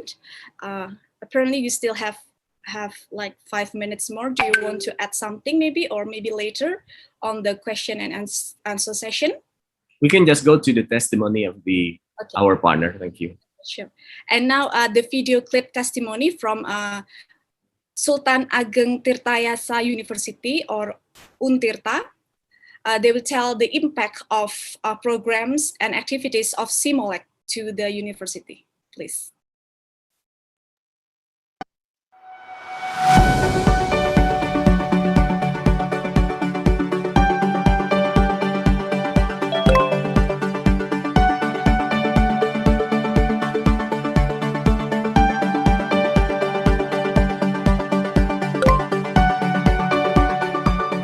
Secara legal kita menyiapkan mulai di Desember 2019 dalam rangka penyiapan untuk pembelajaran berbasis blended learning, dan kami langsung mendapatkan support dan bantuan dari tim teknis SEAMEO yang memberikan informasi perkembangan sistem IT, penyiapan modul pembelajaran, dan sekaligus juga memberikan masukan dan arahan kepada para dosen dalam rangka penyiapan pembelajaran berbasis IT. Sistem pembelajaran dari Untirta ini mendapatkan penguatan konten, termasuk juga desain-desain model pembelajaran dari tim SEAMEO kepada dosen-dosen yang ada di Untirta. Dan alhamdulillah pada Untirta termasuk yang rate pengunjungnya termasuk tinggi secara nasional. Ini juga saya kira berkat support yang intensif dari tim SEAMEO. Ke depan saya kira partnership antara SEAMEO dengan Untirta dan mungkin dengan perguruan tinggi lain harus terus ditingkatkan. Khusus di Untirta, tentu kita akan mendapatkan juga dukungan sepenuhnya dari tim SEAMEO untuk implementasi kampus merdeka. Itulah harapan kami dengan terus memperkuat kerjasama yang baik dengan SEAMEO.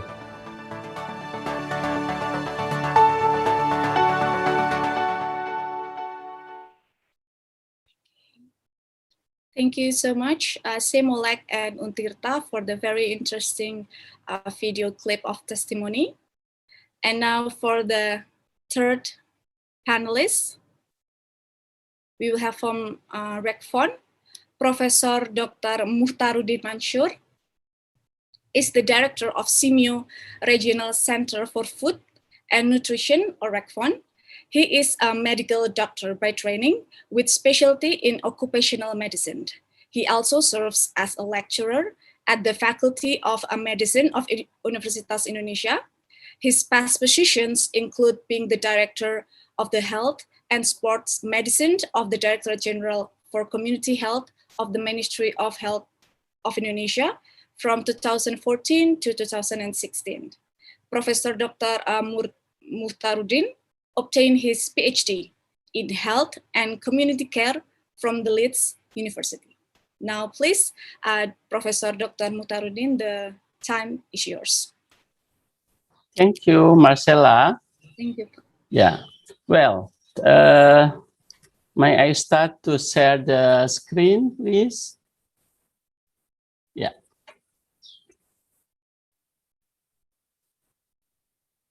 Well, the Honorable Secretary General, Minister of Education, Culture, Research and Technology, SEAMEO Secretary Director, the Head of Bureau of Cooperation and Public Relations, Minister of Education, Culture, Research and Technology, Director of Research and Community Services, Universitas Indonesia, SEAMEO GB members, all MCs, moderator, speakers, and panelists, distinguished all participants. Very good morning. Selamat pagi, sawadika, assalamualaikum warahmatullahi wabarakatuh. It's an honor for me on behalf of SEAMEO RECFON to share the presentation of what SEAMEO RECFON have been doing on building healthy human capitals through freedom learning.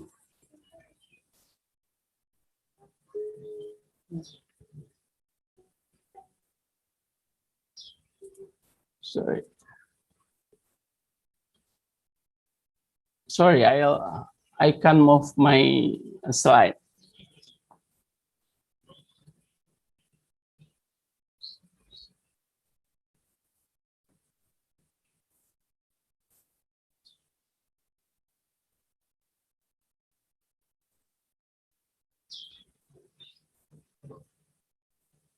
Well, can you see my slide, please?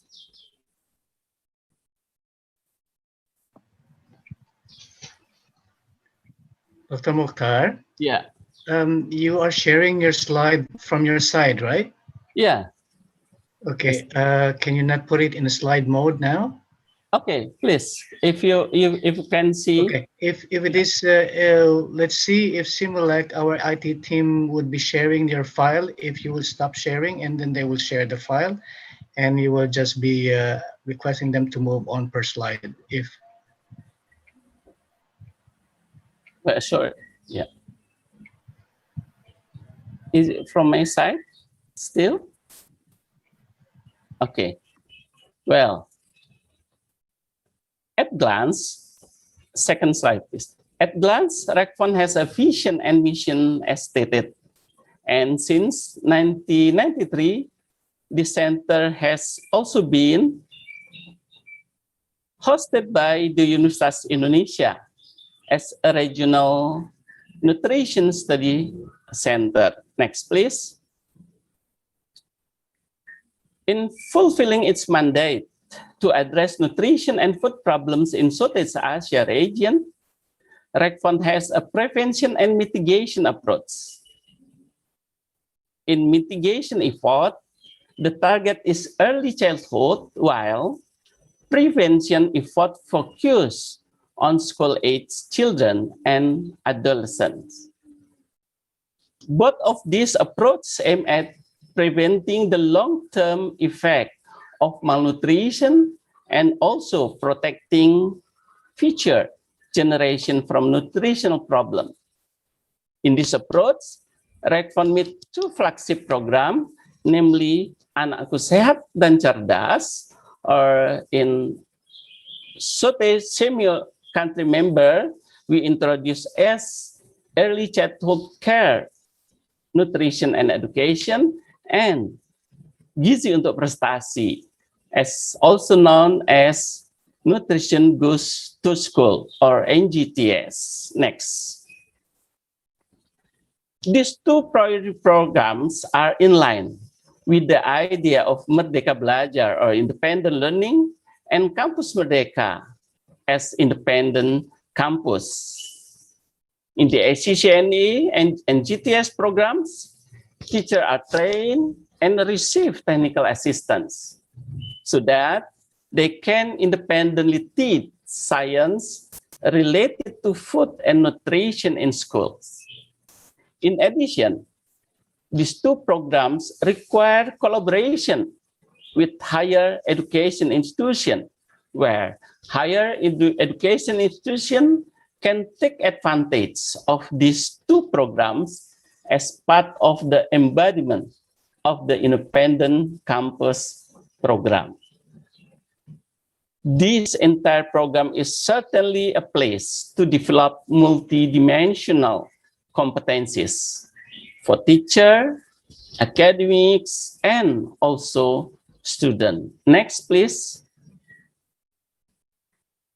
In terms of the capacity building for school teachers, we carry out various kinds of training, both face-to-face, online, or in the blended learning system.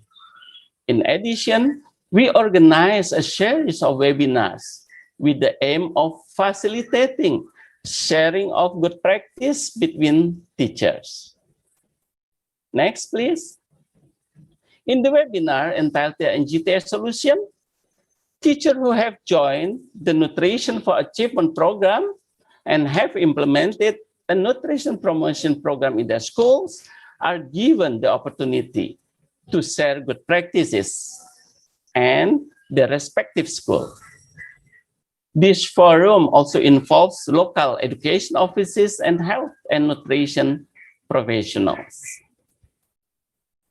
Ladies and gentlemen, next slide, please.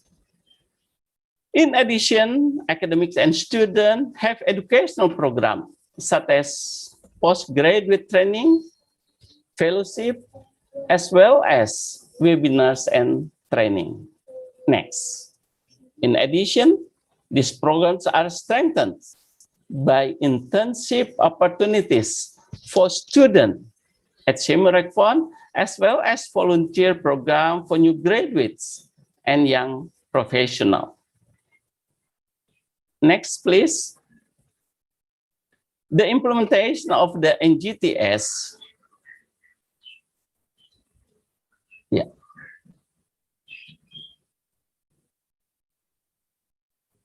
The implementation of NGTS and HCN program currently covers several regions in Indonesia.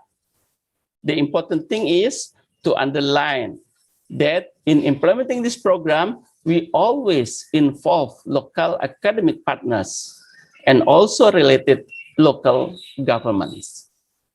The involvement of these partners is expected to ensure the sustainability of the HCCNE and NGTS program. Next, please. Since being launched in 2016 and 2018, the HCCNE, the NGTS and HCCNE program have included more than 2,600 educational institutions throughout Indonesia. They are involved in face-to-face online training program, as well as classroom action research activities. In addition, 13 schools and universities have also taken advantage of internship opportunities. We have also collaborated with 16 higher education institutions in coaching schools as part of their community development program. Next, please. Thus, it can be conducted that in order to ensure the creation of a healthy nutrition problem-free generation, nutrition and food education is needed in schools. Until now, these activities have become part of extracurricular activities. With the presence of an independent learning program and independent campus, all programs can be symbiotic and support one another. Please, next slide. I and all Rekfon staff welcome you all teachers to join our activities. Visit our available link of social media. Well, thank you for your attention. Back to you, Marcella. Thank you. Okay. Thank you so much, Professor Dr. Mutaharudin Mansur, for a very interesting presentation on building healthy human capitals through freedom learning. And dear participants, a kindly reminder to please drop your question on the Q&A box. Thank you so much. We will answer the question later after all the presenters finish their presentations. And now we will show you the video clip testimony from SMA N2 Sambas, Kalimantan Barat, on the impact of programs and activities of Rekfon to the school. Please, thank you.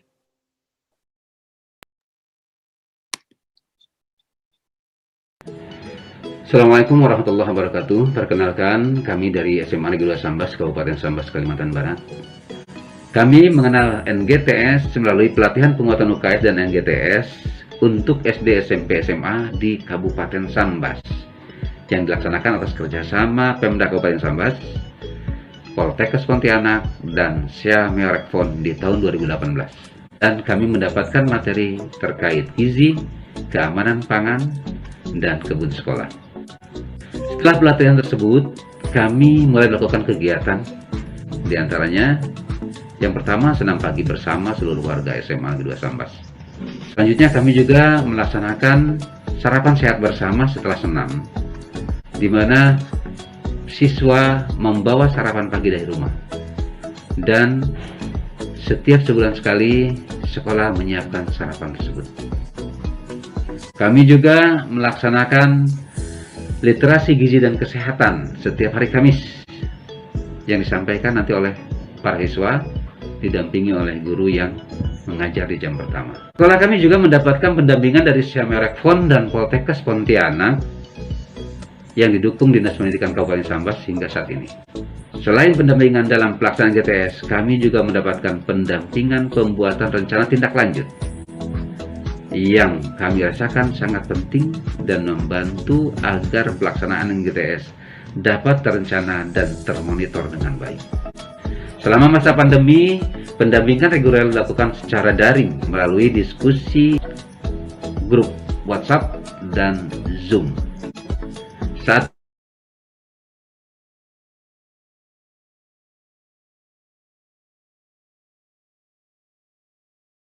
pandemi, kegiatan secara tatap muka, kami melakukan sosialisasi mengenai program NGTS kepada orang tua siswa. Banyak manfaat yang kami peroleh setelah mengikuti program NGTS. Di antaranya, kami mendapatkan pengetahuan baru di bidang gizi dan kesehatan remaja, termasuk tentang kantin sehat dan jajanan sehat. Kami juga mendapatkan banyak masukan dalam penguatan UKS, karena program NGTS memang bertujuan untuk memperkuat UKS. Demikian yang dapat kami sampaikan. Saya akhiri. Assalamualaikum warahmatullahi wabarakatuh. Thank you so much for Rekfon and SMAN 2 Sambas Kalimantan Barat for the video clip of testimony.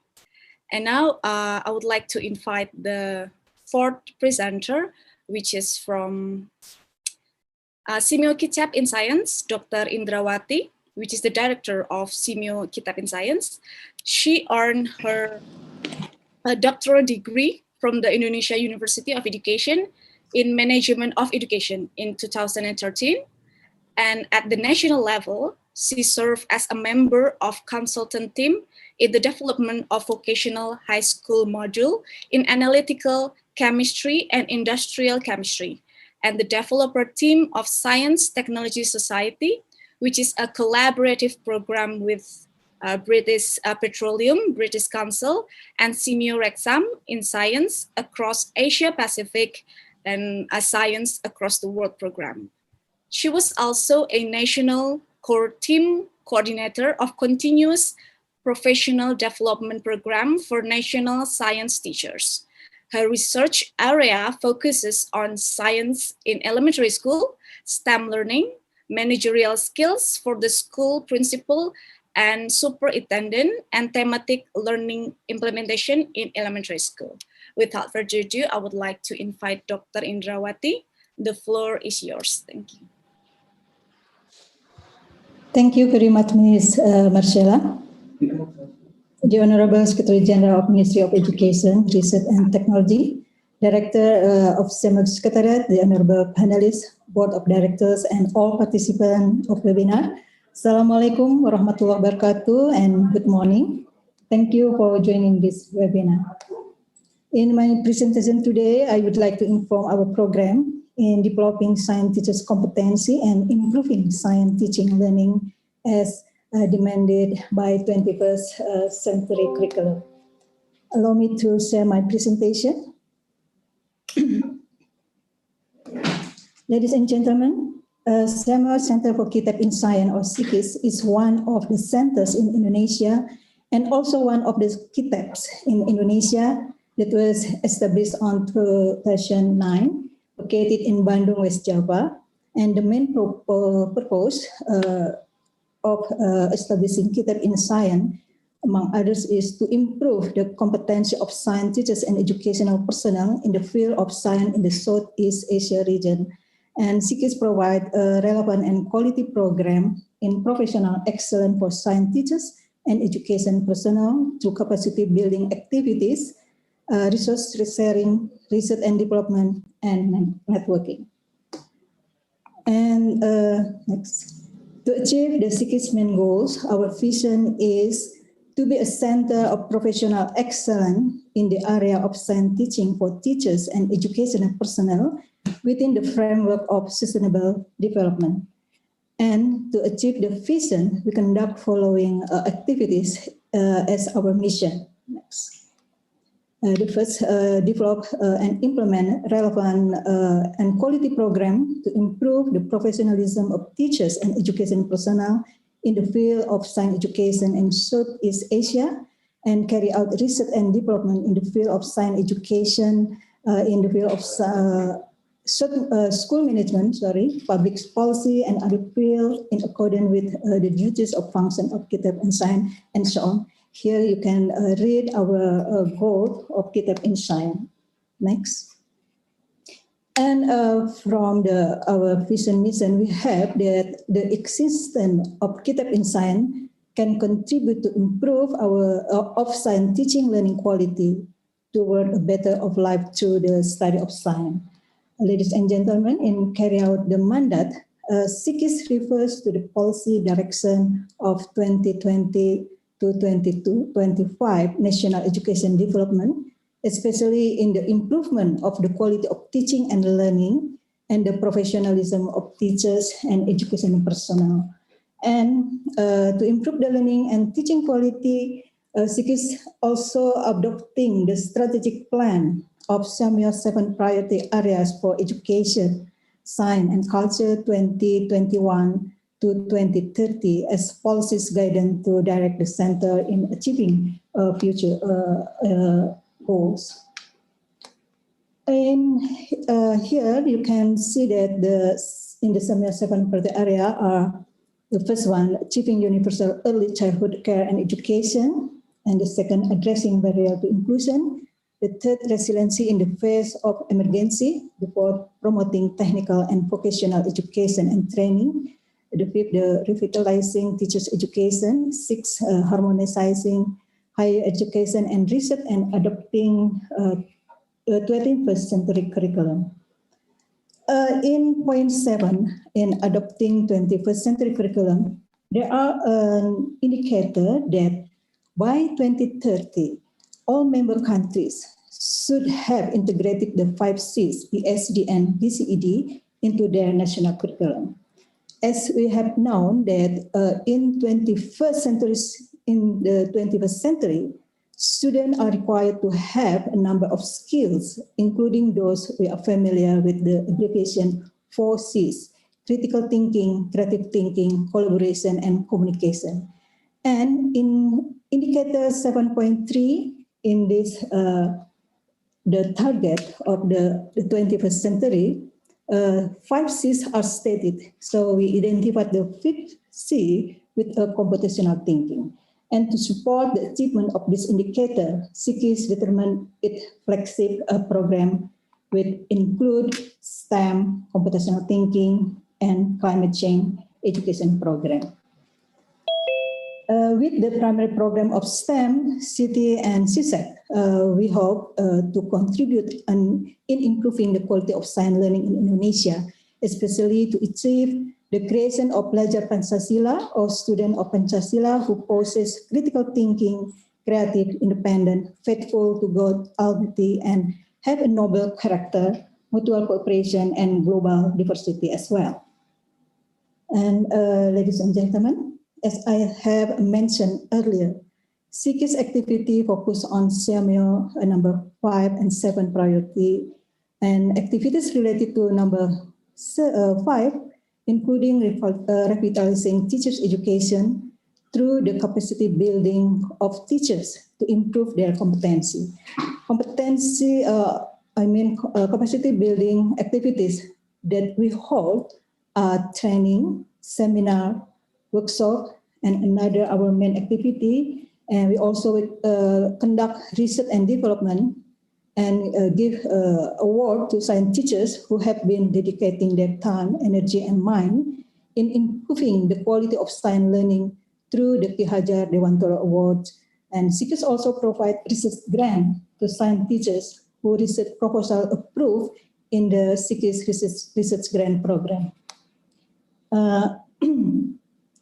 And here our training program are categorized as regular, non-regular, and customized training. Regular training is conducted for 10 days and 5 days for non-regular training. while the period for customized training is based on request. Next. Ladies and gentlemen, here is some picture of our activities. This is the International Conference and Webinar Series. Next. And here the winners of the Ki Hajar Dewantara Award. And next. And here the program of Sikis Research Grant. Yes, please. Next. Here is the testimonial from the teachers who have the Sikis Research Grant program. Ibu Imalia Din, and so on. And ladies and gentlemen, allow me to explain the Sikis High program. This year, in addition to conducting regular and non-regular training with participants from the Southeast Asia, we also conduct school assistancy program for STEM. And okay, next. Here the timeline in improving STEM. STEM development has been conducted since 2015, which began with consolidation with various national and international institutions. And the initiation of the IBSE STEM in 2015 with Policy Forum in cooperation with ISTIC, UNESCO Malaysia, and was held on 23-24 February 2015, and so on. And in Indonesia, especially in 2018 until now, we focus on implementing STEM in school in Indonesia. STEM promotion strategy is carried out through integrating STEM approach. I think next slide. Bu, excuse me, kindly reminder, you have like 2 minutes left. Okay, thank you. Thank you very much. The promotion strategy is carried out through 4 ways: STEM integration into national curricula, teacher professional development, collaboration, and publication. And here are some activities of the training in STEM learning. Okay, next. And another, our program is computational thinking. This is the example of teachers unit book in using in the training computational thinking, integrating in science learning. And next, our partner school mentoring program. Okay, next.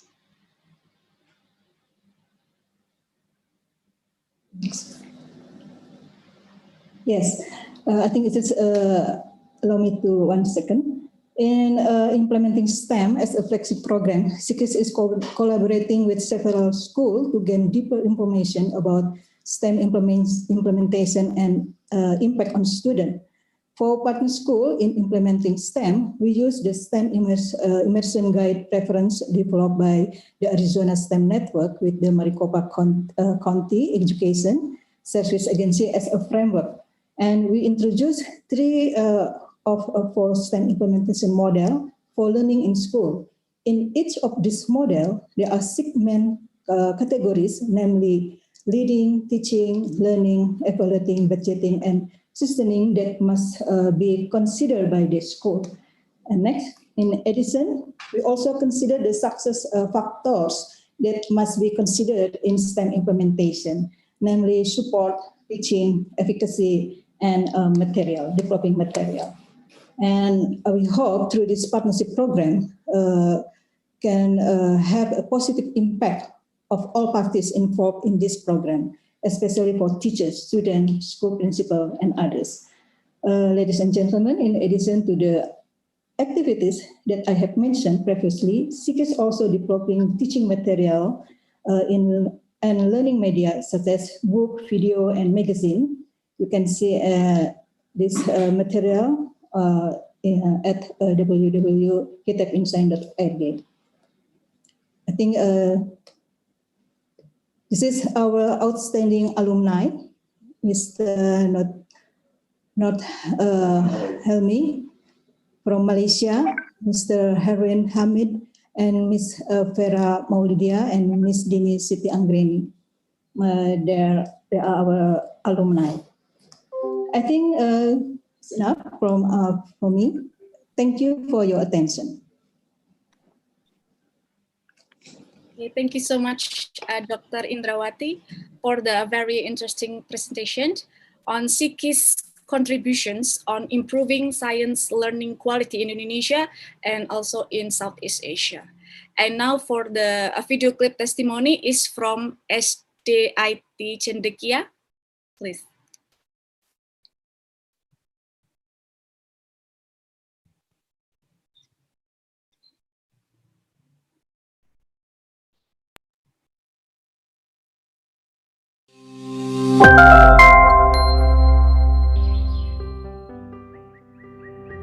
Sekolah kami berlokasi di Jalan Veteran nomor 100B Purwakarta, Jawa Barat. Kami berada di bawah naungan Yayasan Yasri di bawah bimbingan dan arahan Bapak Dr. Haji Agus Muharram MPD. Dalam rangka meningkatkan profesionalisme guru dan pengembangan kurikulum, yayasan kami, Yayasan Yasri, bekerja sama dengan SEAKI sejak tahun 2020. Kerjasama kami saya rasakan sangat besar manfaatnya. Guru lebih berinovasi, kreatif, di dalam memberikan pembelajaran kepada anak. Saya menjadi lebih mampu untuk menyusun pembelajaran yang menarik, yang kreatif dan inovatif sehingga bisa menarik peserta didik untuk lebih menyukai pembelajaran saya, khususnya pembelajaran IPA. Bermitra dengan SEAKIS membuka wawasan saya betapa besar tantangan zaman yang dihadapi pada abad ke-21. SEAKIS bergerak masif memperkenalkan inovasi pembelajaran baru berupa pendekatan STEM untuk menjawab tantangan tersebut. Manfaat untuk siswa dan siswi sangat kami rasakan, di mana siswa dan siswi kami dapat berpikir kritis, berpikir aktif, berpikir kreatif, berpikir inovatif, dan masih banyak lagi. Tentunya hal tersebut dapat membantu kami dan juga dapat meningkatkan prestasi kami. Harapan kami ke depan, kerjasama yang sudah terjalin antara Yayasan Yasri yang di dalamnya ada SDIT Cendekia Purwakarta bersama SEAKIS ini terus berkelanjutan, karena yang sudah dilakukan pihak sekolah dengan SEAKIS ini sangat bermanfaat bagi peningkatan profesionalisme guru di SDIT Cendekia Purwakarta.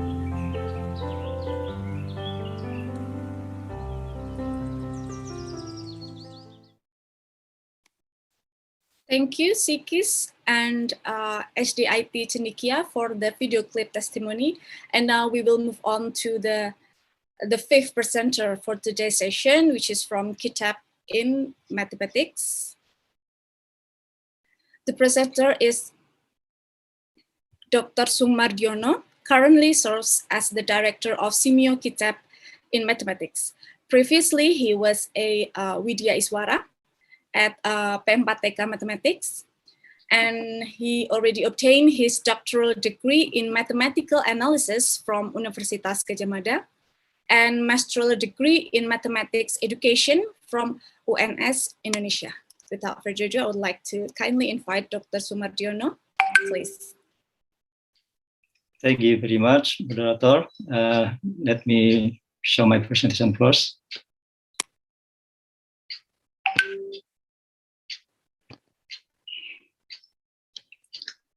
Ladies and gentlemen, good morning. Assalamualaikum warahmatullahi wabarakatuh. In this session, I will present my presentation about the SEAKIM's contribution and impact on education in Indonesia and Southeast Asia.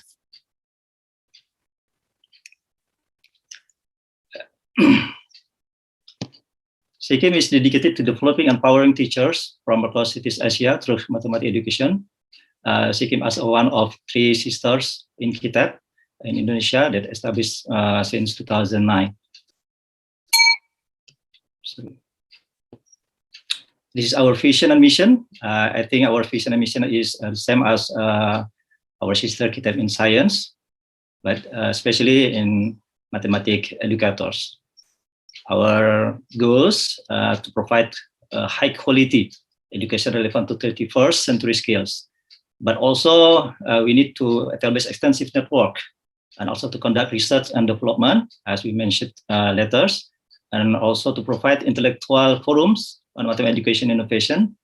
And we hope we can provide the policymaker with update data information about mathematics education also. This is our flagship program. There are 5 main. One is a course. There are regular course, incremental course, and customized course. And also we conduct workshops, seminar, and symposium. The third, we have research and development. The fourth is academic publication, and also we conduct the program to community service program to village and also schools. As one of the SEAMEO center in Southeast Asia, among the 26 SEAMEO centers, we have the same program with our previous established SEAMEO exam. So we mandated by the government board meeting. We have 8 themes. There are teacher mathematics teaching, joyful learning. This is our minds program in course, and also differentiated instruction in mathematics education, integrating ICT in mathematics education that we have conduct in this pandemic era, clinical supervision, lesson study, and also realistic mathematics education, and of course STEM education that we have mandated in this area since 2020. SEAMEO has goals to conduct a program for mathematics teachers in Southeast Asia. But for the regular course, we have to conduct just 5 courses per year. So we initiate the in-country course that we collaborate with district and other partners, and also customized course that we have initiate from the others, and we provide the structured program and facilitators. From 2020, we conduct our regular course during the pandemic. We run from the face-to-face mode to full online mode. So this is our experience in conduct the regular course. So there are some transformation about the digital platform, also how we manage the course in the online mode during the pandemic. The regular course actually runs for 100 hours. So this is participated by mathematics teachers from SEAMEO countries by invite through the Minister of Education. And for mathematics teacher in Indonesia, we open for the registration. And for improve our participants in mathematics to conduct the mathematics teacher on learning in the joyful and also meaningful. So in this regular course, we also include the peer teaching and real teaching to their students. As I said before about in-country course for complementary of our regular course. Next, for the workshops, we have conducted the online and offline mode workshop also. This is one of our remarkable workshop on during the pandemic. We invite from the outside from Finlandia to conduct the STEM activity in workshops. This is our themes in workshops that have been conducted in SEAMEO, including GeoGebra, and also there are any themes that related for with 21st century skills. Next, our symposium and seminar. We also have conducted the seminar, international seminar, also national seminar and symposium. That we have collaborated with others partners from Europe and also the United States of America, including NCTM. And this year we will also conduct the Sambrating Awards. This is for for appreciation for the best practices from mathematics teachers in Indonesia and Southeast Asia. And also, we will conduct the International Symposium on Special Needs Education. This is some of our activity in symposium and seminars. Till now, SEAMEO has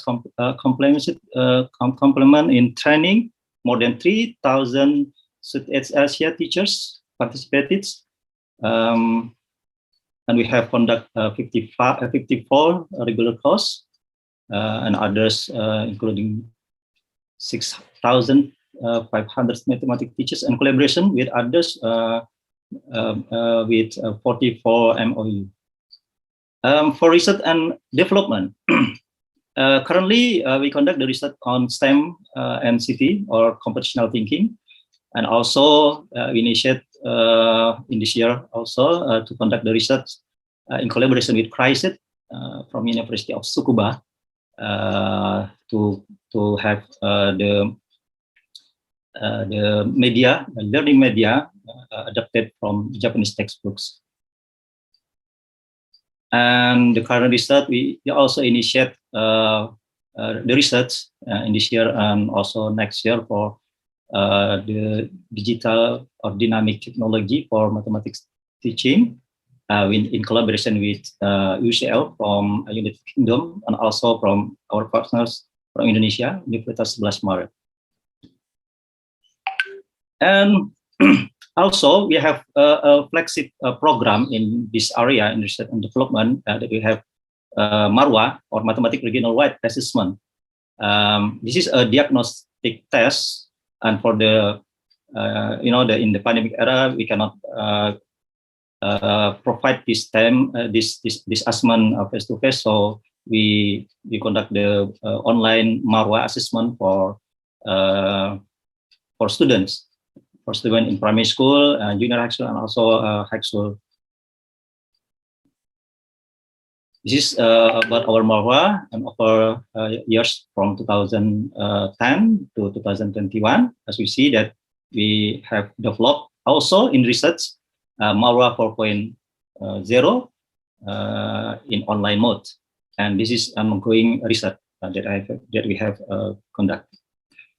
And also, we have for the last main program in community involvement,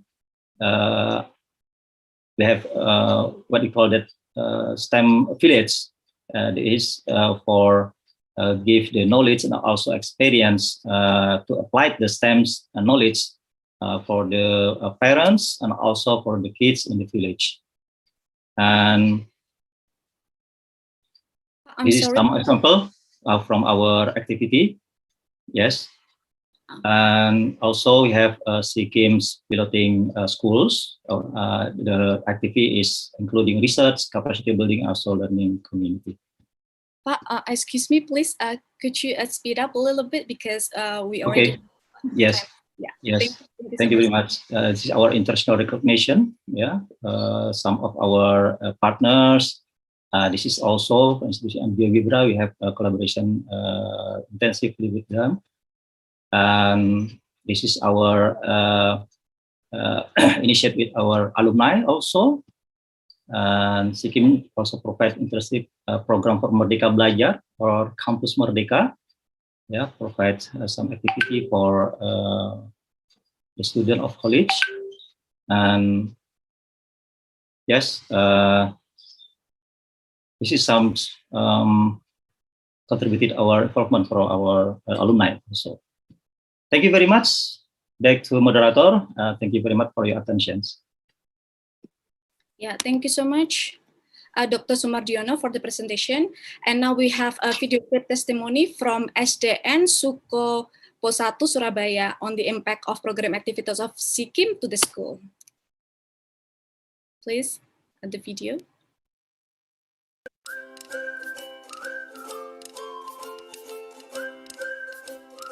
Hello everyone! Let me introduce myself. My name is Rizky. I'm elementary school teacher. I am teaching in SDN Suko Posatu, Surabaya. I've known SEAMEO since 2011. At that time, I'm honored as one of participants of Mathematics Teaching and Learning Methods 2017 that held by SEAMEO in Mathematics. At that time, I was very surprised how SEAKIM treated me. They are very focused on the core of the lesson plans, not only of the surface like the form of the lesson plan or like the sequences of the lesson plan itself and so on.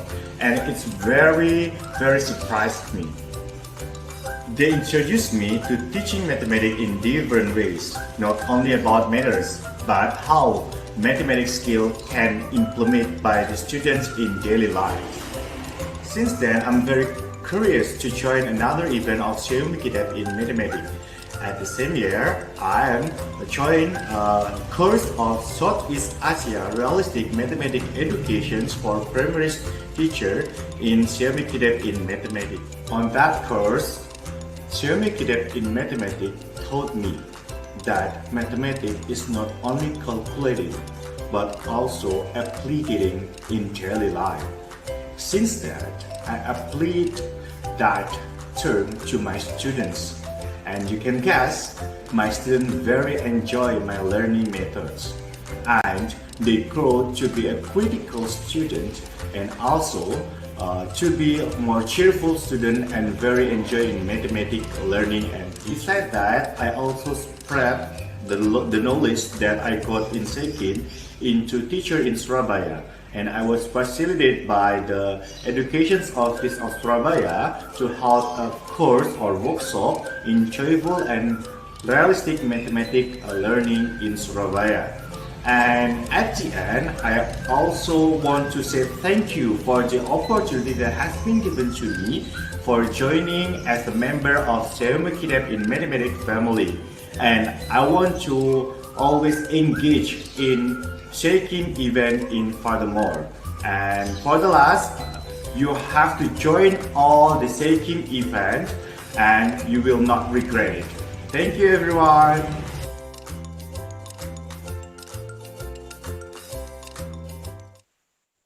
Okay, thank you so much SEAKIM and SDN Suko Pusatu Surabaya for the video clip testimony. And now we will move on to the sixth presenter, which is from Kitab in Language. Dr. Luh Anik Mayani is the director of SEAKIL. She is responsible in developing, managing, and sustaining programs and operation of SEAKIL towards improving the quality of language teachers and education personnel in Southeast Asia. During her 3-year term as director, Dr. Anik targets to develop teaching methodology for strategic foreign languages such as Japanese, Arabic, German, Chinese, Mandarin language, and promoting Indonesian language through Indonesian as a foreign language program. Please, Dr. Anik, the floor is yours. Thank you, Ms. Marcella, for a kind introduction. First of all, please let me share my screen.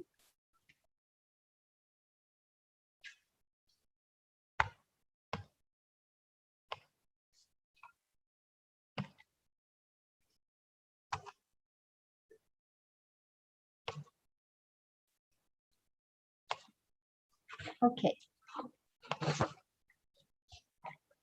Honorable Secretary General of Education, Culture, Research and Technology of the Republic of Indonesia, Dr. Ethel Pascua Valenzuela, the Director of SEAMEO Secretariat, Board of Directors of SEAMEO Centers Indonesia, distinguished invited guests and participants. A very good morning to you all. Thank you very much for attending this webinar and for the time given to SEAMEO in language to present our contributions and impact, especially on language learning in Indonesia and Southeast Asia. Ladies and gentlemen, SEAMEO in language was established in 2009 based on the resolution of the 44th SEAMEO Council Conference in Thailand. So our focus are Indonesian as foreign language, and then we also have Arabic, German, Mandarin, Japanese, and mother tongue. Other than those languages, we also focus our programs on English and French. The fields of our services include learning resource development, research and development, capacity building, and networking. So our program, based on the SEAMEO 7 priority areas, especially the priority number 5, revitalizing teacher education, and priority number 7, adopting a 21st century curriculum. And we also based our program on the vision of Indonesian education. Ladies and gentlemen, here are the contribution of SEAMEO Kirabin language in 2020. So along 2020, we have served 2,340 language teachers participated in our capacity building programs. We have developed 22 learning videos in the form of podcast video as well as animated learning videos. In addition to that, we have developed 2 modules in 21st century skills as well as on classroom action research. Other than 2 modules, we also publish 7 other products and publications. And for research, we have granted 25 research grant to 25 teachers in Southeast Asia countries. And one of our international symposium is ISOFOL, which was participated by more than 170 participants. In addition to those programs, we also awarded scholarship for 600 language teachers in 7 countries to elevate their competencies in English, French, or German. And for our webinar series, it had attracted almost 2,800 participants. Ladies and gentlemen, now let us map the impact of our program. The first one is from the learning resource development. 2 examples given here are our modules and also our learning videos. Those products impact not only language teachers, but also students. From language teachers' point of view, these learning modules could improve teachers' pedagogical competencies, to be specific in teaching methodology, because they can sharpen students' higher order thinking skills. Why? Because our modules could guide teachers to direct students to achieve 21st century skills, and it also guides teachers to direct students to be independent learners. And from students' point of view, these modules could improve their 4C skills, as well as it can prepare students to be independent learners. So from our capacity building programs, the programs initiated by SEAMEO Kirabin language can improve teachers' professional competency, for example, elevating teachers' foreign language competency levels. And our training programs, it can improve either pedagogical competency as well as professional competency, in this case, of learning material. And other program, training on language teaching research methodology, it can improve both professional competency as well as pedagogical competency. And from our research and development program, as this program, the outputs are either proceeding or book on good practices, so this program can improve the pedagogical as well as professional competencies of our language teachers. And from the cultural program, our program, Storytelling Competition Listening to Asia, it can help students to improve their awareness on the world diversity as a character building program. And in terms of language, it can improve students' speaking competency in 6 language choices. And our newly launched program in February 2021 to support Campus Merdeka is a School Literacy Club. This club is aimed to enhance life skills through literacy and also to improve foreign language skills or competency. And this club has built a literacy community which consists of almost 2,000 students, involve almost 300 interns and more than 200 teachers as supervisors.